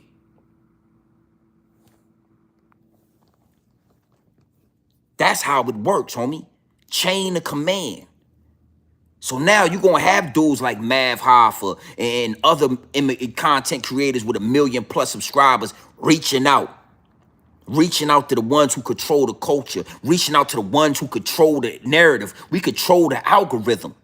Mav Hoffa wouldn't have strike my channel if I wasn't controlling the algorithm. That's how Pier Morgan got in tune with Jaguar Wright. He didn't go listen to the Breakfast Club interview, the latest. He didn't do that. He went and got on YouTube, and he ain't just go on YouTube because it's a lot of content creators. He came where we at. He came to our algorithm, and he monetized off it. Just like the music business. We the culture. We creating content. They gonna come through and make a business out of it. Now he on national television apologizing. Is what it is, and it'll be what it's gonna be. Now I'm gonna tell you this. Jaguar Wright will not be on any more big platforms like that. She will not be on national news ever again. The blackball is real. The blackball has already happened. But the beautiful thing about the time we living in is we don't need CNN, homie. That was unprecedented. I salute her for taking that and doing that. It'll never get done again without you being prepped, without you being compromised. If anybody else after Jaguar Wright make it to CNN, Pierre Morgan, they compromise. They done been walked through the questions. They done been walked through the answers, and they have been compromised. I salute Jaguar Wright for planting her feet on solid ground and standing on truth and standing on business. Big dog shit. That's what she did. Yeah, I'm not going for... Listen, man. Listen, man. When I say we building this channel organically, I mean that. I mean that. It's happening right in front of your eyes. We're approaching 26,000 subscribers, and I can see what's happening. You think because you got 1 million subscribers, nigga, I'm smitten? I'm never smitten. I'm not smitten because you got 1 million subscribers, or you can help me go to the next level and get some money. You either gonna rock with me listen, you either gonna rock with me, giving up this game, pure dope, straight off the brick into the bottles. But if you come over here trying to add that quinine to the dope, if you come over here trying to dump some baking soda into the dope, then it is what it is, and it'll be what it's gonna be, man. The last man standing. You gonna see that. You gonna see, I'm telling you, homie, you gonna start seeing your favorite YouTubers bending, breaking, and folding to get to that next level. To get to that 100,000 subscribers. To get to that platform where they can make that big money. Oh, the money there. The money is there. Is you willing to pucker up? Is you willing to let that baby oil get sprayed all on you? Is you willing to downplay and dilute and water down your information? Is you willing to water down your platform? If you are, the next level is waiting for you. You gonna water down your, listen, man, water down your platform. Water it down, my G. GMB TV 101. Hey, one of my chats, man, put the Cash App in the chat. Somebody asking for the Cash App. This dope is pure, raw, and uncut, homie. We do it for the integrity. We don't do it for the numbers. We do it for the integrity. We don't do it for the numbers over here. And I felt that. I felt that. You know, Jaguar Wright, she could have watered down her information, and she would have started getting a check. Oh, you think Pierre Morgan would have been the platform? She would have been on every goddamn big platform, every news channel. I'm talking 30 of them. She would have made $10,000 from every platform, 10 to 15, 20, whatever she's charging. And she would have made a couple $100,000. And they would have put that money in her pocket to downplay the information, to not be so vulgar, to not tell so much truth, to water down her facts and truth. They would have paid her. But guess what? The fact that she didn't water down that shit, she's going to have to get it organically. Real life street stars. Platforms on YouTube that's going to allow her to spew that truth. She's going to have to get it organically. That was the test right there. That was the door. That was the door that Hassan Campbell is always talking about, my G. That was the door. Pier Morgan was the door. And she could have walked right through the door. That's on the high level. When it come to YouTube, they going to get these puppets and they going to dress them up. I'm going to leave y'all with this.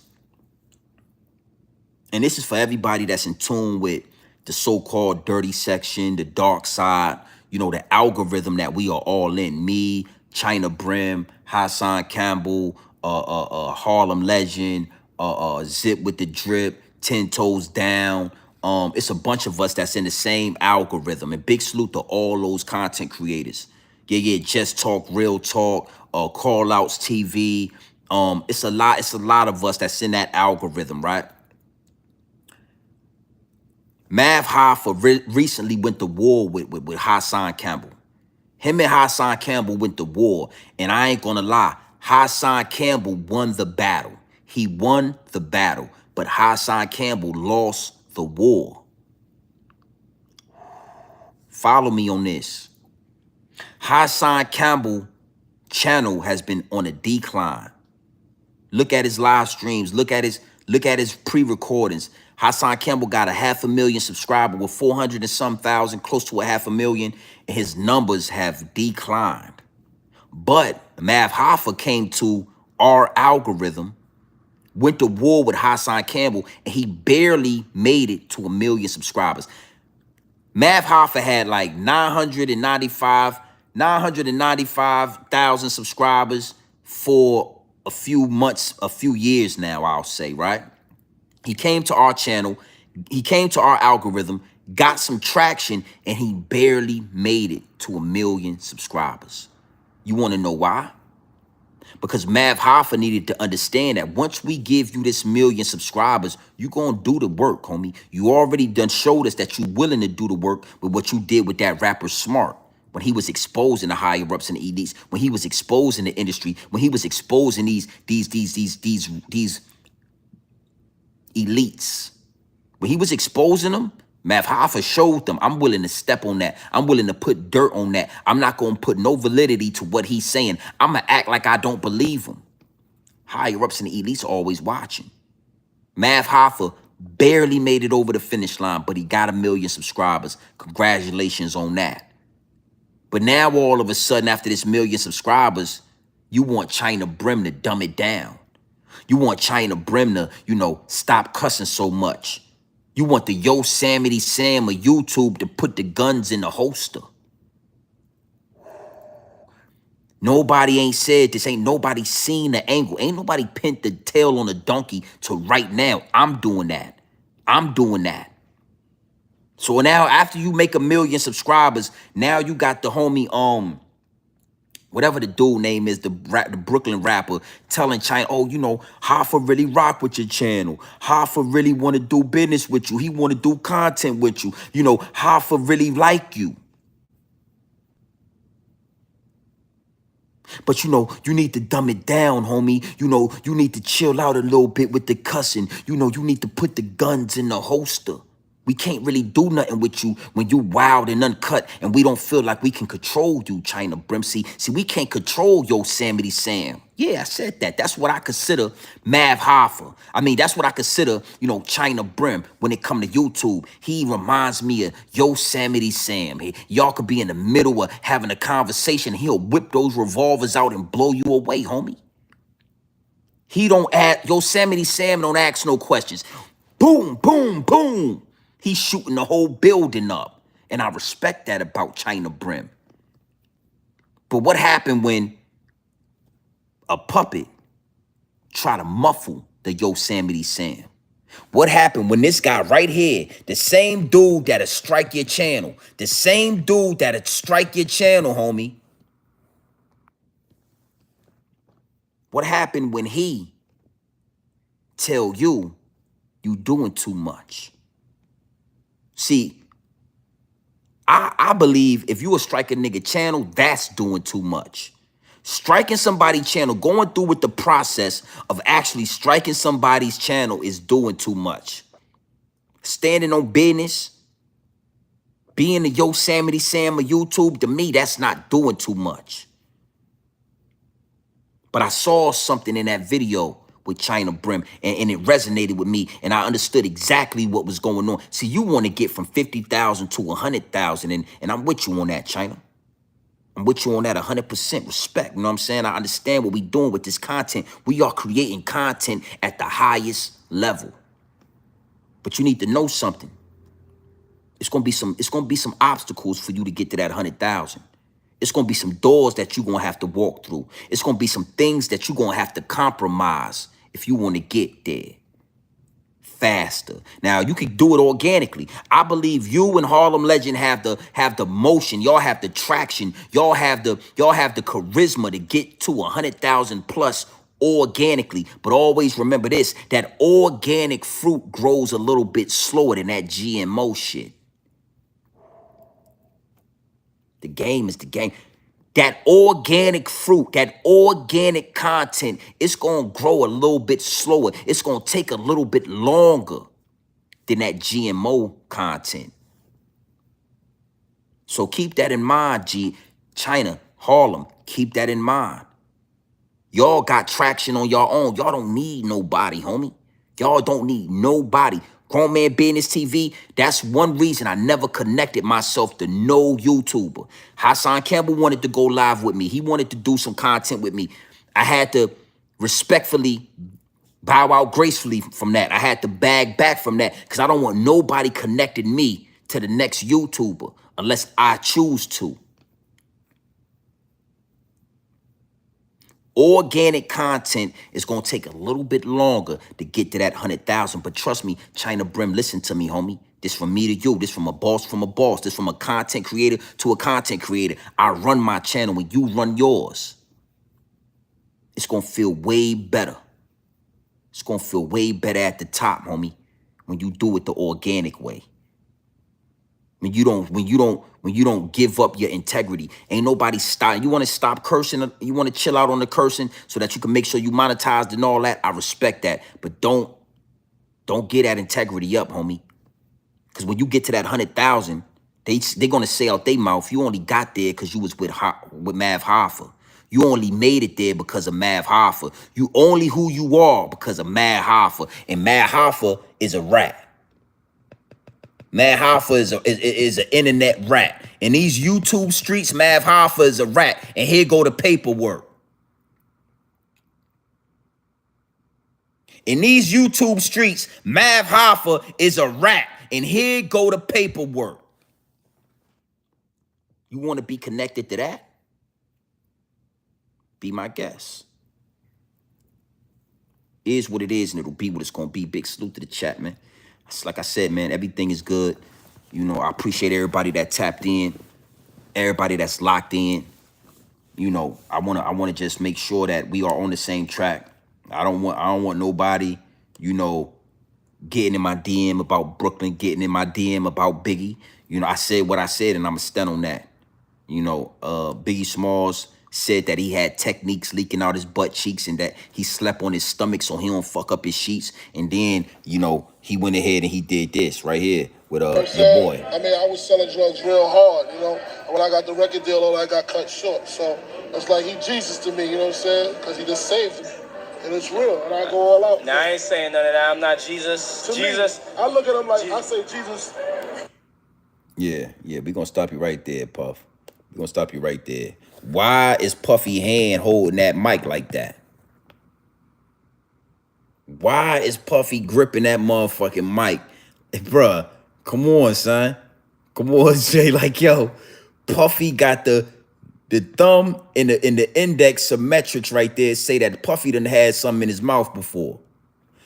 That thumb and that index, that symmetrics right there say that he done put something in them cheeks before. He done did that. When you ever seen a man hold a microphone like that? Hopefully you have never seen a man in your presence hold the microphone like that. Hopefully you've never seen it. All right? First red sign right there. He called him Jesus. I mean, I was selling. He called him Jesus. Saying none of that. I'm not Jesus. To Jesus. Me, I look at him like, I say Jesus. And he put that mic to his mouth. And he opened it up. And he put that hand. Now that's probably, now respectfully, you know, you don't know what hand he used when he got that Pornhub jumping.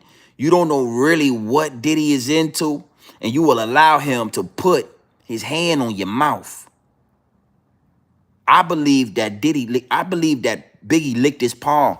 Look at it. I believe that Biggie Smalls was licking his palm right there to let him know he was ready.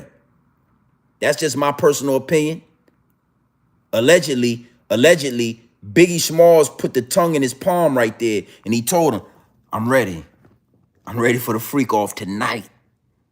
All right, now let's listen. I want you to watch something. This for everybody that didn't get to see what's going on. Watch this now, Charlie P. Charlie P, watch it. And the next question is, watch out for the thunder out this month. He told that nigga to watch out for the thunder out this. The thunder. He gonna bring the thunder.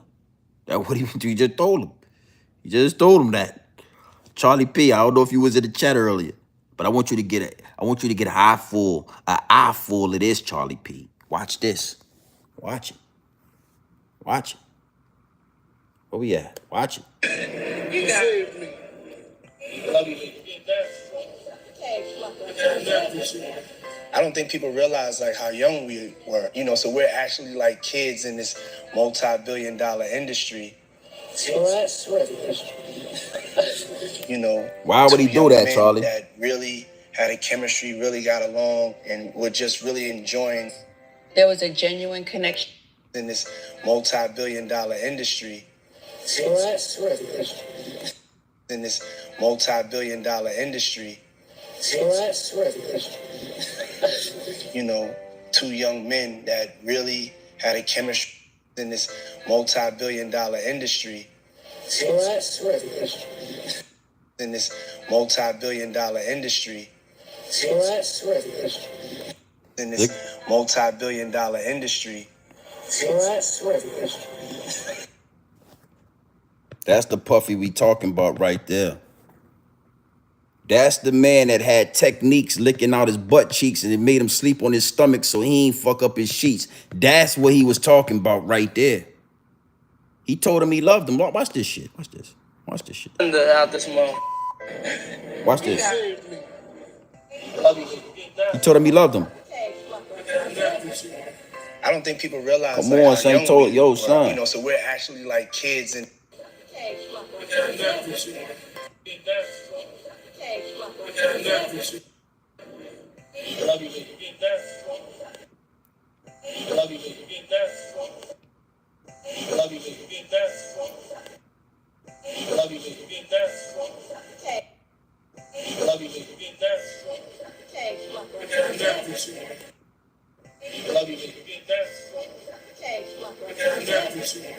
I don't think people realize like how young we were, you know, so we're actually like kids in this multi-billion-dollar industry.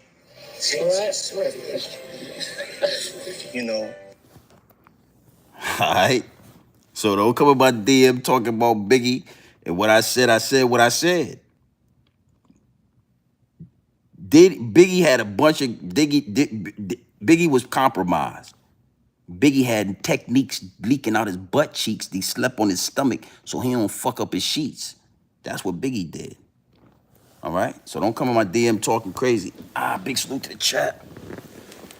Just want to let y'all see that, you know, everything is good, man. The big house is good. Salute to the chat. The big house is good. Everything is copacetic. We ain't went nowhere. Everything is smooth selling, baby. Everything is smooth selling. Everything is good. You know what I mean? Now, I will show y'all something. I want to show y'all something if y'all can see it. Right? Look at this right here. Y'all probably ain't gonna be able to see it, but it's a tree down right there. That tree right there fell. It's a tree right there that fell down. So yeah, we good. Everything Gucci. You know what I mean? We ain't lost nothing. Big salute to the chat. I done dropped some game in there for y'all, man.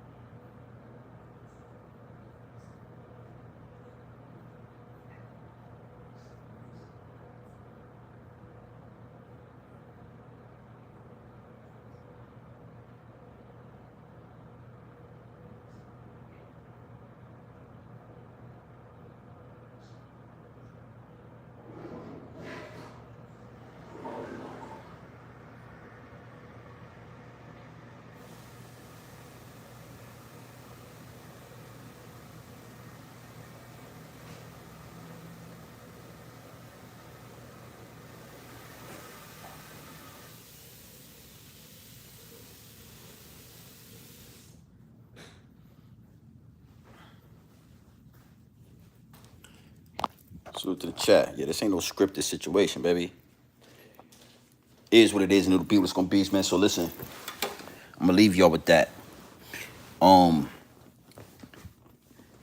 Beware these YouTubers. Beware these big programs, these big platforms plotting on the YouTube. But we are the you gotta understand something. When you say diamond in the rough, that's what you got when you come to Grown Man Business TV. It's a reason why we growing organically, approaching 26,000 subscribers on our way to 30,000 subscribers. And I ain't gonna lie, we're gonna make our way to 50, and then we're gonna make our way to 100K. Maybe at 100,000, maybe I might entertain.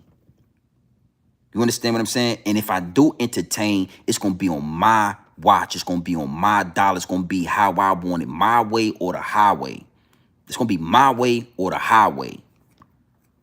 You understand what I'm saying? But I made a promise to the consumer. I made a promise to my investors. Everybody that invests time and energy into Grown Man Business TV, I made a promise to my investors to keep this thing organic.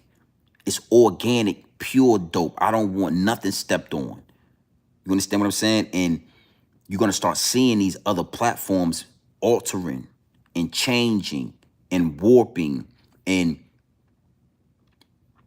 you know, what's the words right on the tip of my tongue? But you're going to start seeing them shape shift. Drewski, what it do, my G? I see you in the chat, Big Wrenches. You're going to start seeing them shape shift to fit in the puzzle, to fit in the slot, to fit in, to get to the high. You got to know something, man. What Hassan Campbell did was like a phenomenon type shit. You know, what Hassan Campbell did, and salute the Haas, how he gained those 200,000-300,000 subscribers, 400,000 subscribers when Hassan Campbell was in his prime and he was getting $50,000-$60,000 a month off YouTube. That was something that happened that the higher ups and the elites did not account for. They didn't plan.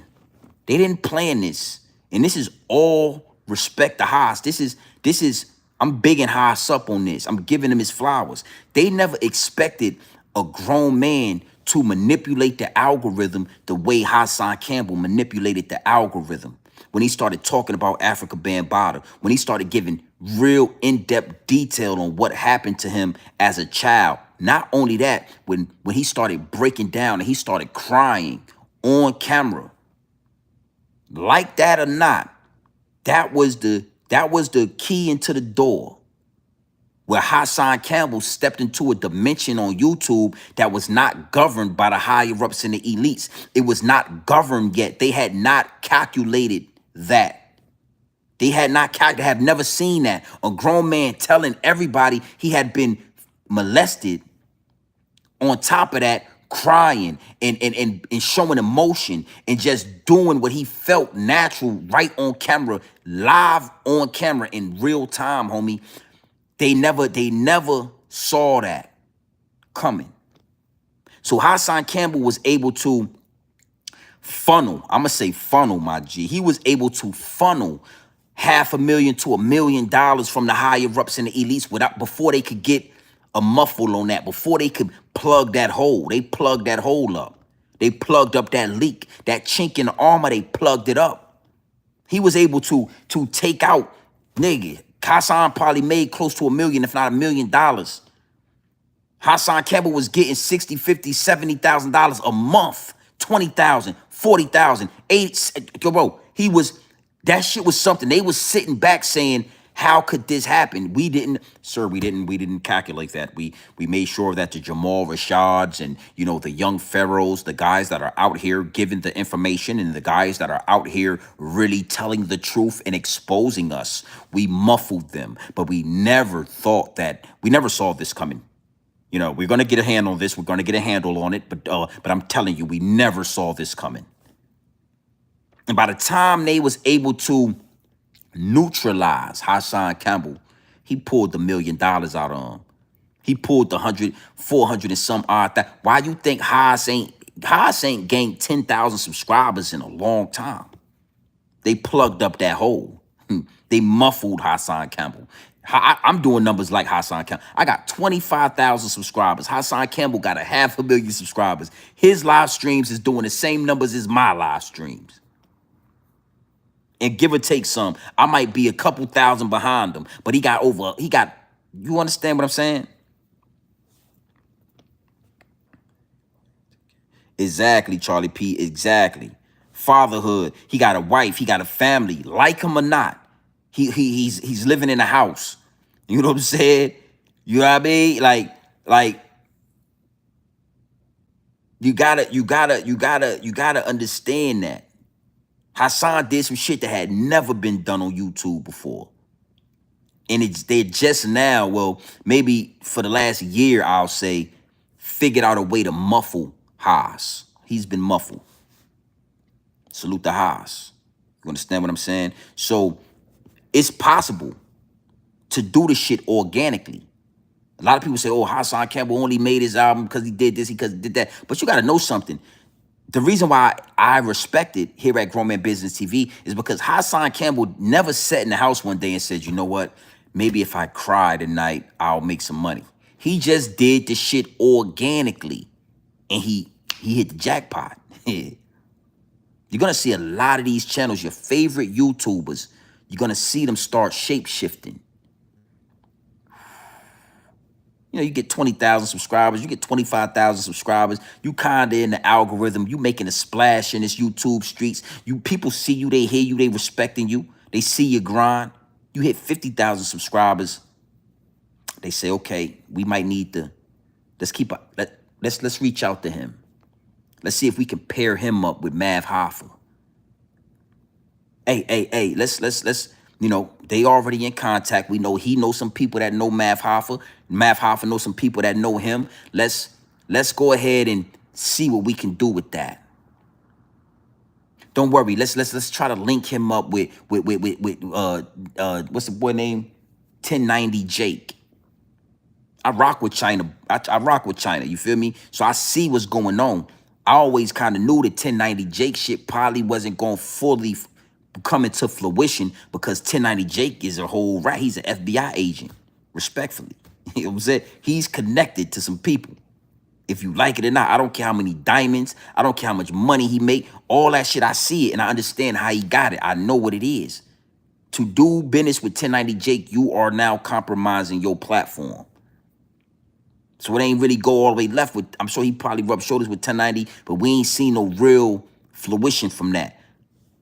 Mav Hoffa. Let's try Mav. Mav has 1 million subscribers. 1090 has 1 million subscribers.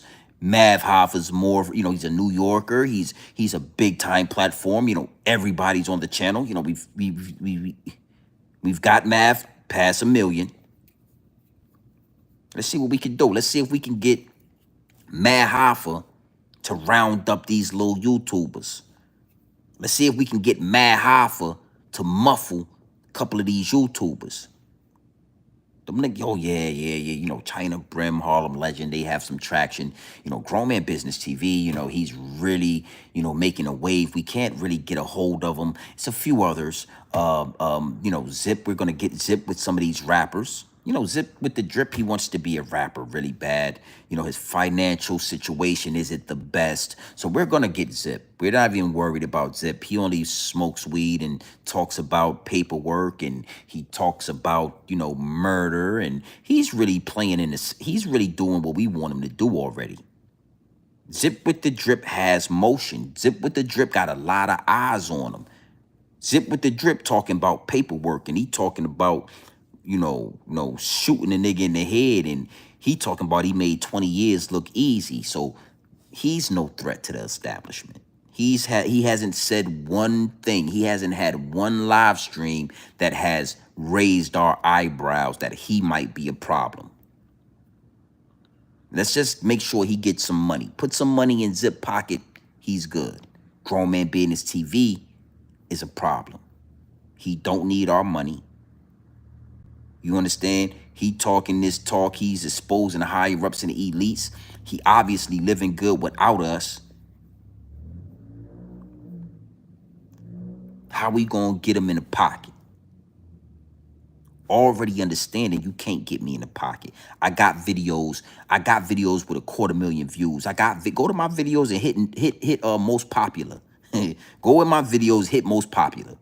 200 and some thousand views. I went viral already. I know what it mean. I know how it feel to go right to the door. Look in. Nah, I'm good. I'm good. I'll do it like this. I'll do it organically. I know how it feel. That's where the slogan came from. I went to the door. My videos was doing 100,000 views in a day, 200,000 views. And I did a video, that shit did 207 views in a day in 24 hours.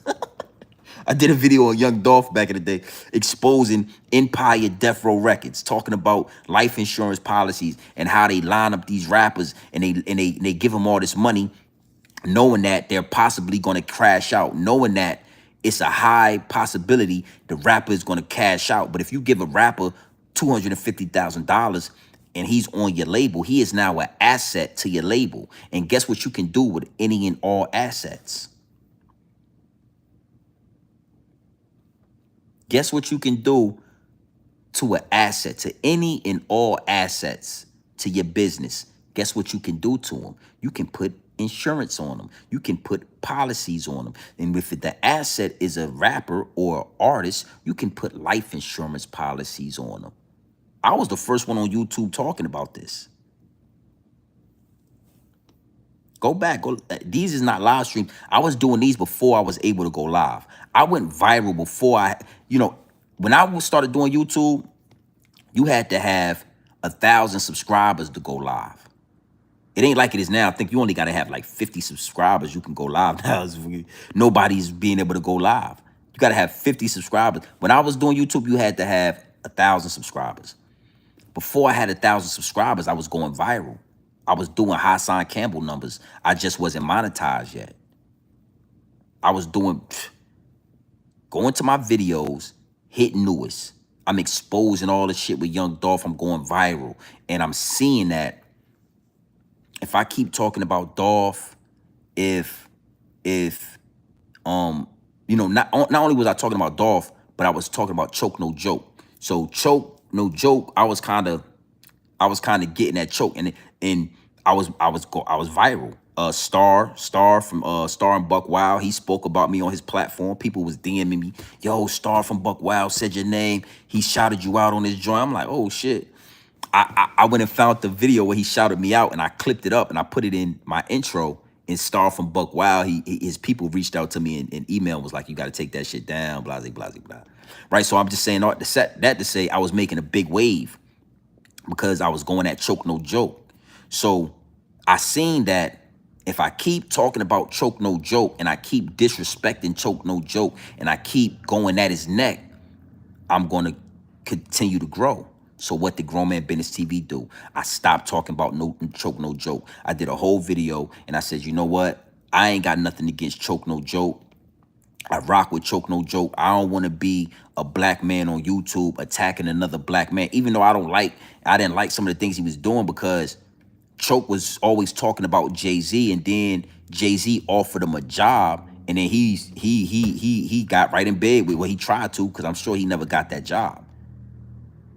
But Jay-Z reached out to him through some people and said he wanted to work with Choke. And Choke was like, okay, I'm not talking about Jay no more. So I was on his neck about that. And I was going viral.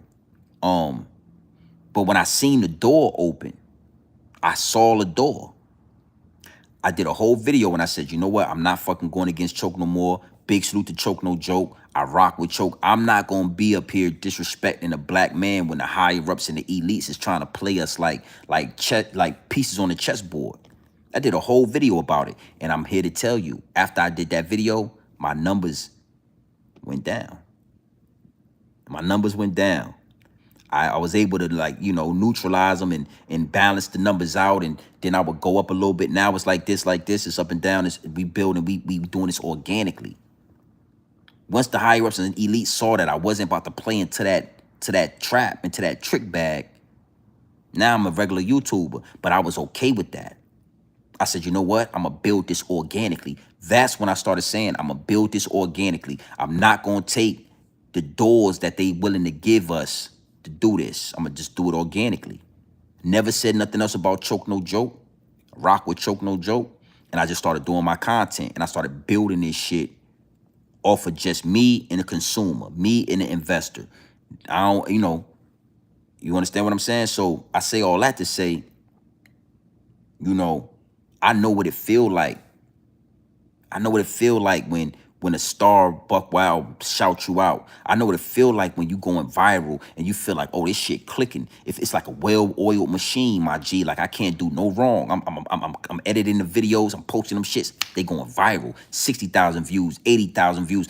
I'm watching dudes now. They might have a video that's 2-3 years old. It might have 80,000 views on it. I was doing that shit in a day. Every drop, I would drop every other day or every day, every drop. 80,000 views, 90,000 views, 120,000 views, 280,000 views, 230,000 views. I was doing that shit easy.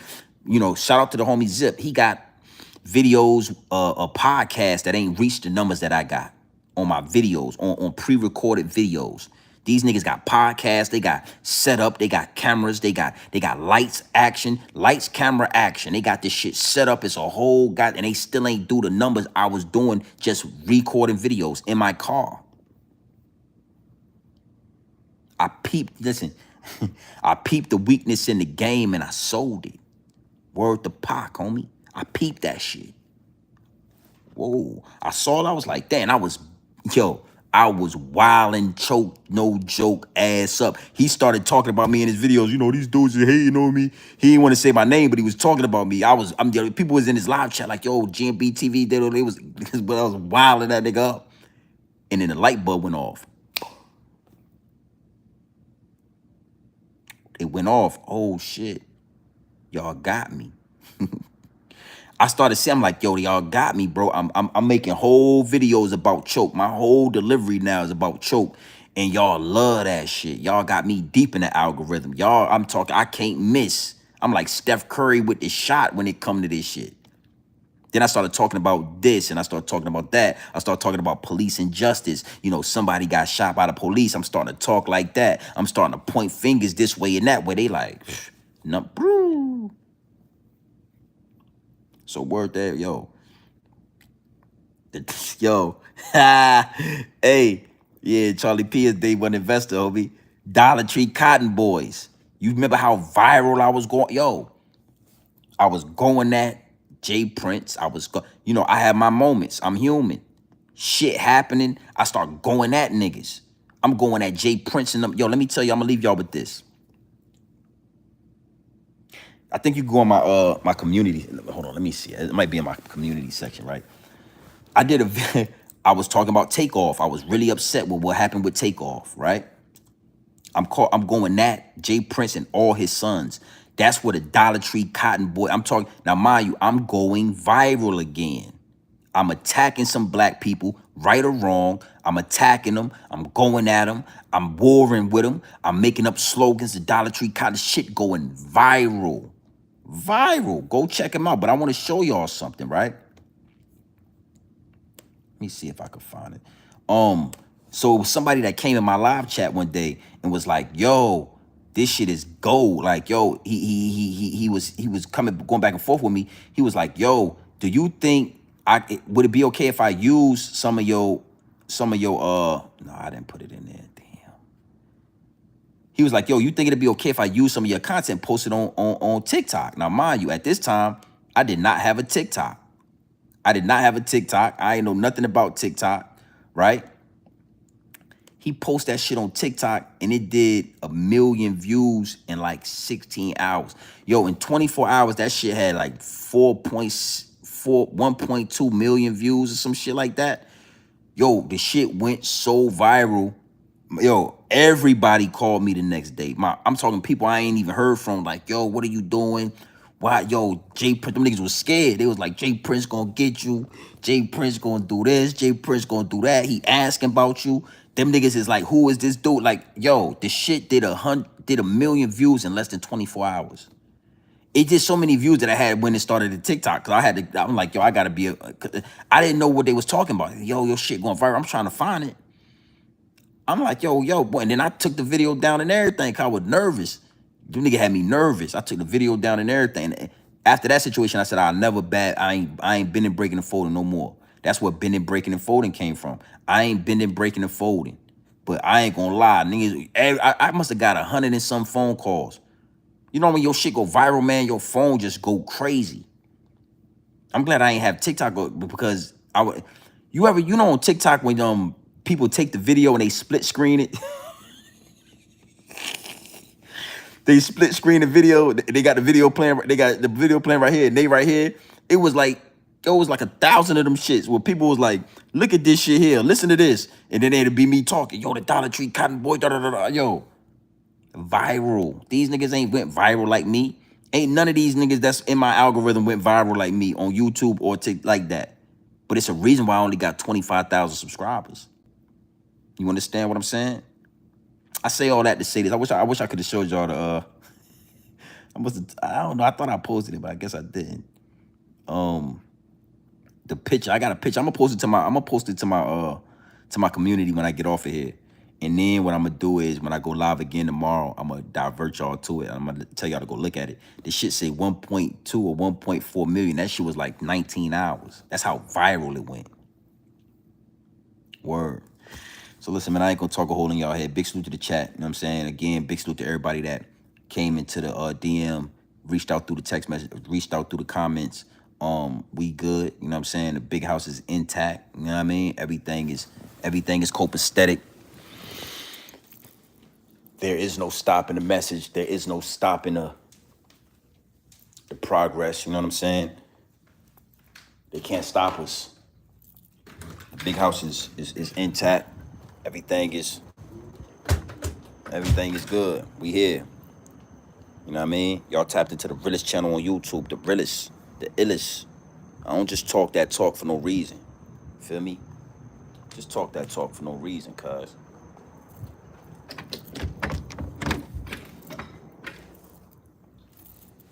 The Realest channel on YouTube.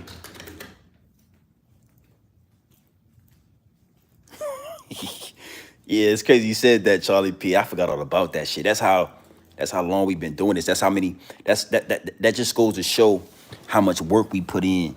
How much truth we tell, how much game we give up. Cause it's shit like that that's in the algorithm. It's shit like that I don't already put into the universe. And I damn near forgot about that. YouTube, yo, the social niggas was calling them the Dollar Tree combo. This shit was viral, bro. I was kind of new to this shit. I could have made shirts and everything. Hats, Dollar Tree Cotton Boy hats and shirts, and probably made 100,000. That's how viral that shit was. Word to everything. Made a quick 100K. Now that I know the game, I could have easily made 100,000 off that shit. The motherfucker, bro, somebody I know that's in the industry, I got people that's really connected to the industry. They reached out to me and was like, bro, these niggas is asking, who is this dude? Who is he? Because I was pointing out the fact that his son stepped over the body and da-da-da-da-da-da. And I was just on their neck, bro. I get to getting on their neck. Ain't no, once I get on your neck, nigga, once I get at you, it might match you. And that's what made me get nervous when they reached out to me. Because I know they connected to their security and they know certain people that know them niggas and know a lot of other people. And he reached out to me like, yo, you need to take that shit down. You need to do this. You need to do that. You need to put an apology video up. Yo, word. Nigga was like, yo, you need to put an apology video up. All that shit. Niggas was scared. And this dude who called me ain't scared of nobody. That nigga was scared. I be joking up to this day. I'm like, bro, when you called, you was scared, sir. I never knew you was scared of Jay Prince. I thought you weren't scared of nobody. I thought you was like that. Nigga, you was scared. You scared me. You know what I mean? Motherfucker had me thinking the Men in Black was coming. Cause I called them the Dollar Tree Cotton Boys. I'm thinking somebody going the motherfucker hunting. Yeah, that's crazy. Word to Charlie P. Real day one investor, man. Yeah, real day one investor, man. He ain't lying. That nigga was scared, bro. Had me scared. I ain't gonna lie. I ain't gonna act like a bravado and shit and hold the bravado. I began to be scared. I was like, yo, maybe these niggas really can't. I mean, it's Jay Prince. Like, it's fucking Jay Prince. He got a lot of paper. Maybe he can't find out who I am. He was like, yo, your mom, they could find your mom, they could find you. I'm like, damn, they could do that? And I'm gonna leave y'all with this, cause I don't hold no punches. I did make an apology video. I think I took it down though. I would advise you. I'm sure I took it. I think I took it down because I made an apology video. You know what I mean? And it didn't sit right with me. The downloads wasn't downloading. After I did the video, I said sorry. I said a bunch of shit, and then I posted it, and I sat there, and it didn't feel right. So the next day I erased it. And then I called my people that told me, and I said, I don't give a fuck. If it's war, we going to war. If that's what they want to do over a video of me calling them the Dollar Tree Cotton Boys, then we gonna go to war about it then. I ain't keep it. I had to take this shit, but a couple people saw the video. I remember, I remember somebody came in the comment was like, say it ain't so, GMB TV, say it ain't so. I was like, damn, son. I was sitting there, I was like, these niggas got me, bro. They got me, bro, and I deleted it. And my people was mad, but I ain't care. Fuck it. I told them we gonna go to war then. And that's where the whole I ain't gonna bend, break, or fold, that's where that came from. I ain't bending, breaking, or folding. Niggas, it's war, then it's war then. You wanna go to war? Okay. Just go to war. Fuck it. I'll go to war with you. I got nigga, it is what it is. And I ain't been break it or fold ever since. But that shit was scary. You ever went viral? Oh, that shit scary. Everybody want to go viral until your ass go viral, nigga. It's a scary thing, bruh. It's a scary thing. We all get to cruise through social media without nobody really paying attention to us. We get to watch videos and posts on our Instagram and stuff like that. When, you know, not too many people is gonna pay. You might get 1,000 views if you booming like that or something like that on your Instagram. But you ever had 1 million people, 1,000 to 2,000 people like using your video and shit? I ain't gonna lie, son. I was like, I ain't like it, bro. Like you the talk of the town, like for the whole internet, like really go viral. That shit scary, bro. It's like a vulnerable feeling that I can't explain, but I never wanted it again after I did it. Like when I did that shit, I never really wanted it again. But you know, the content is the content. So listen, man, you already know what time it is, man. It's your boy, Grown Man Business TV. You know what I'm saying? I appreciate all y'all rocking with me. Y'all already know how we give it up. You know, I gotta give you the game, homie. I gotta give you the game, and we gonna rock out. This is the realest channel on YouTube. If it's a storm going outside, we gonna get through the storm, homie. You know, it ain't no lights, camera, action. This is direct to consumer. I got my phone in my hand. And I'm talking direct to the content. I'm talking direct to the investors. Ain't no extras. This is the realest it's gonna get, the purest it's gonna get, homie, before they get you in that barbershop with Mad Hoffa. Yeah. Before they get you muffling your content, you know, watching your mouth. This is the purest form right here. And I'm proud to be able to deliver it, man. So listen, you already know what time it is. It's your boy, Grown Man Business TV. Feel what I'm saying? You can tap in, you can tap out, but you know my slogan. You know what I suggest. And I suggest you tap in. Listen, I suggest you tap into this Grown Man business. I suggest you tap into this Grown Man content at all times. You already know what it is. Straight off the bricks into the bottles. I'm giving you that pure dope. Straight off the brick into the bottles. Straight, raw, pure, uncut, no extras, no preservatives. We not sugarcoat nothing. We not dressing nothing up. Listen, man, I'm giving you that game. Straight, raw, straight, pure, dope. Is what it is, and it'll be what it's gonna be, man. Big salute to the chat. Charlie P, Lisa, All in Alkaline Lifestyle, Dro the Poet, you know what I'm saying? Wisdom B, Supreme Science 777. Everybody that's just locked in, Dro the Poet, Adrian, MJ, Dresky, everybody that's in the chat, all my big wrenches. Big salute to y'all. Y'all already know how we give it up. We going live tomorrow early, Saturday early. Yeah, we gonna talk about some things, man. You know, I wanted to get this live stream out the way because it was a powerful live stream. I want to talk about something that I saw the other day that I thought was funny. It's a little lighter as far as the game go, but I want to talk about it because I just feel like I want to talk about it. We'll see. But we going live tomorrow early, so make sure you got your notifications on. Make sure you tapped into the channel. Make sure you hit the like button. Make sure you engaging. You understand? Make sure you are subscribed so you can get those notifications. You feel what I'm saying? Yeah. Good night, man. Charlie P, real one. Real one. Charlie P said the Dollar Tree Cotton Boys. God, I could have made 150,000 off that shit, boy. Hey, boy, that shit, boy, them hats and shirts would have been flying off the shelf. It was hot. I had that motherfucker scorching, B. God damn. You know, it is what it is. You live and you learn. I ever get that hot again, boy, I'm gonna press up some shit the same day. I get some shit pressed up that day and be ready tomorrow. Word. Word. So listen, man, you already know what time it is, man. It's your boy, Grown Man Business TV. You know, so I appreciate y'all rocking with me. You already know we growing this thing organically. Organically. Keep that GMO content over there. We not slowing down. We not stopping. We going to show you exactly how it's supposed to be done. Point blank, period. So you already know, man, it's your boy, Grown Man Business TV. You feel what I'm saying? Now, look, you can tap in, you can tap out, but you know my slogan. You know what I suggest? I suggest you tap in. Gang.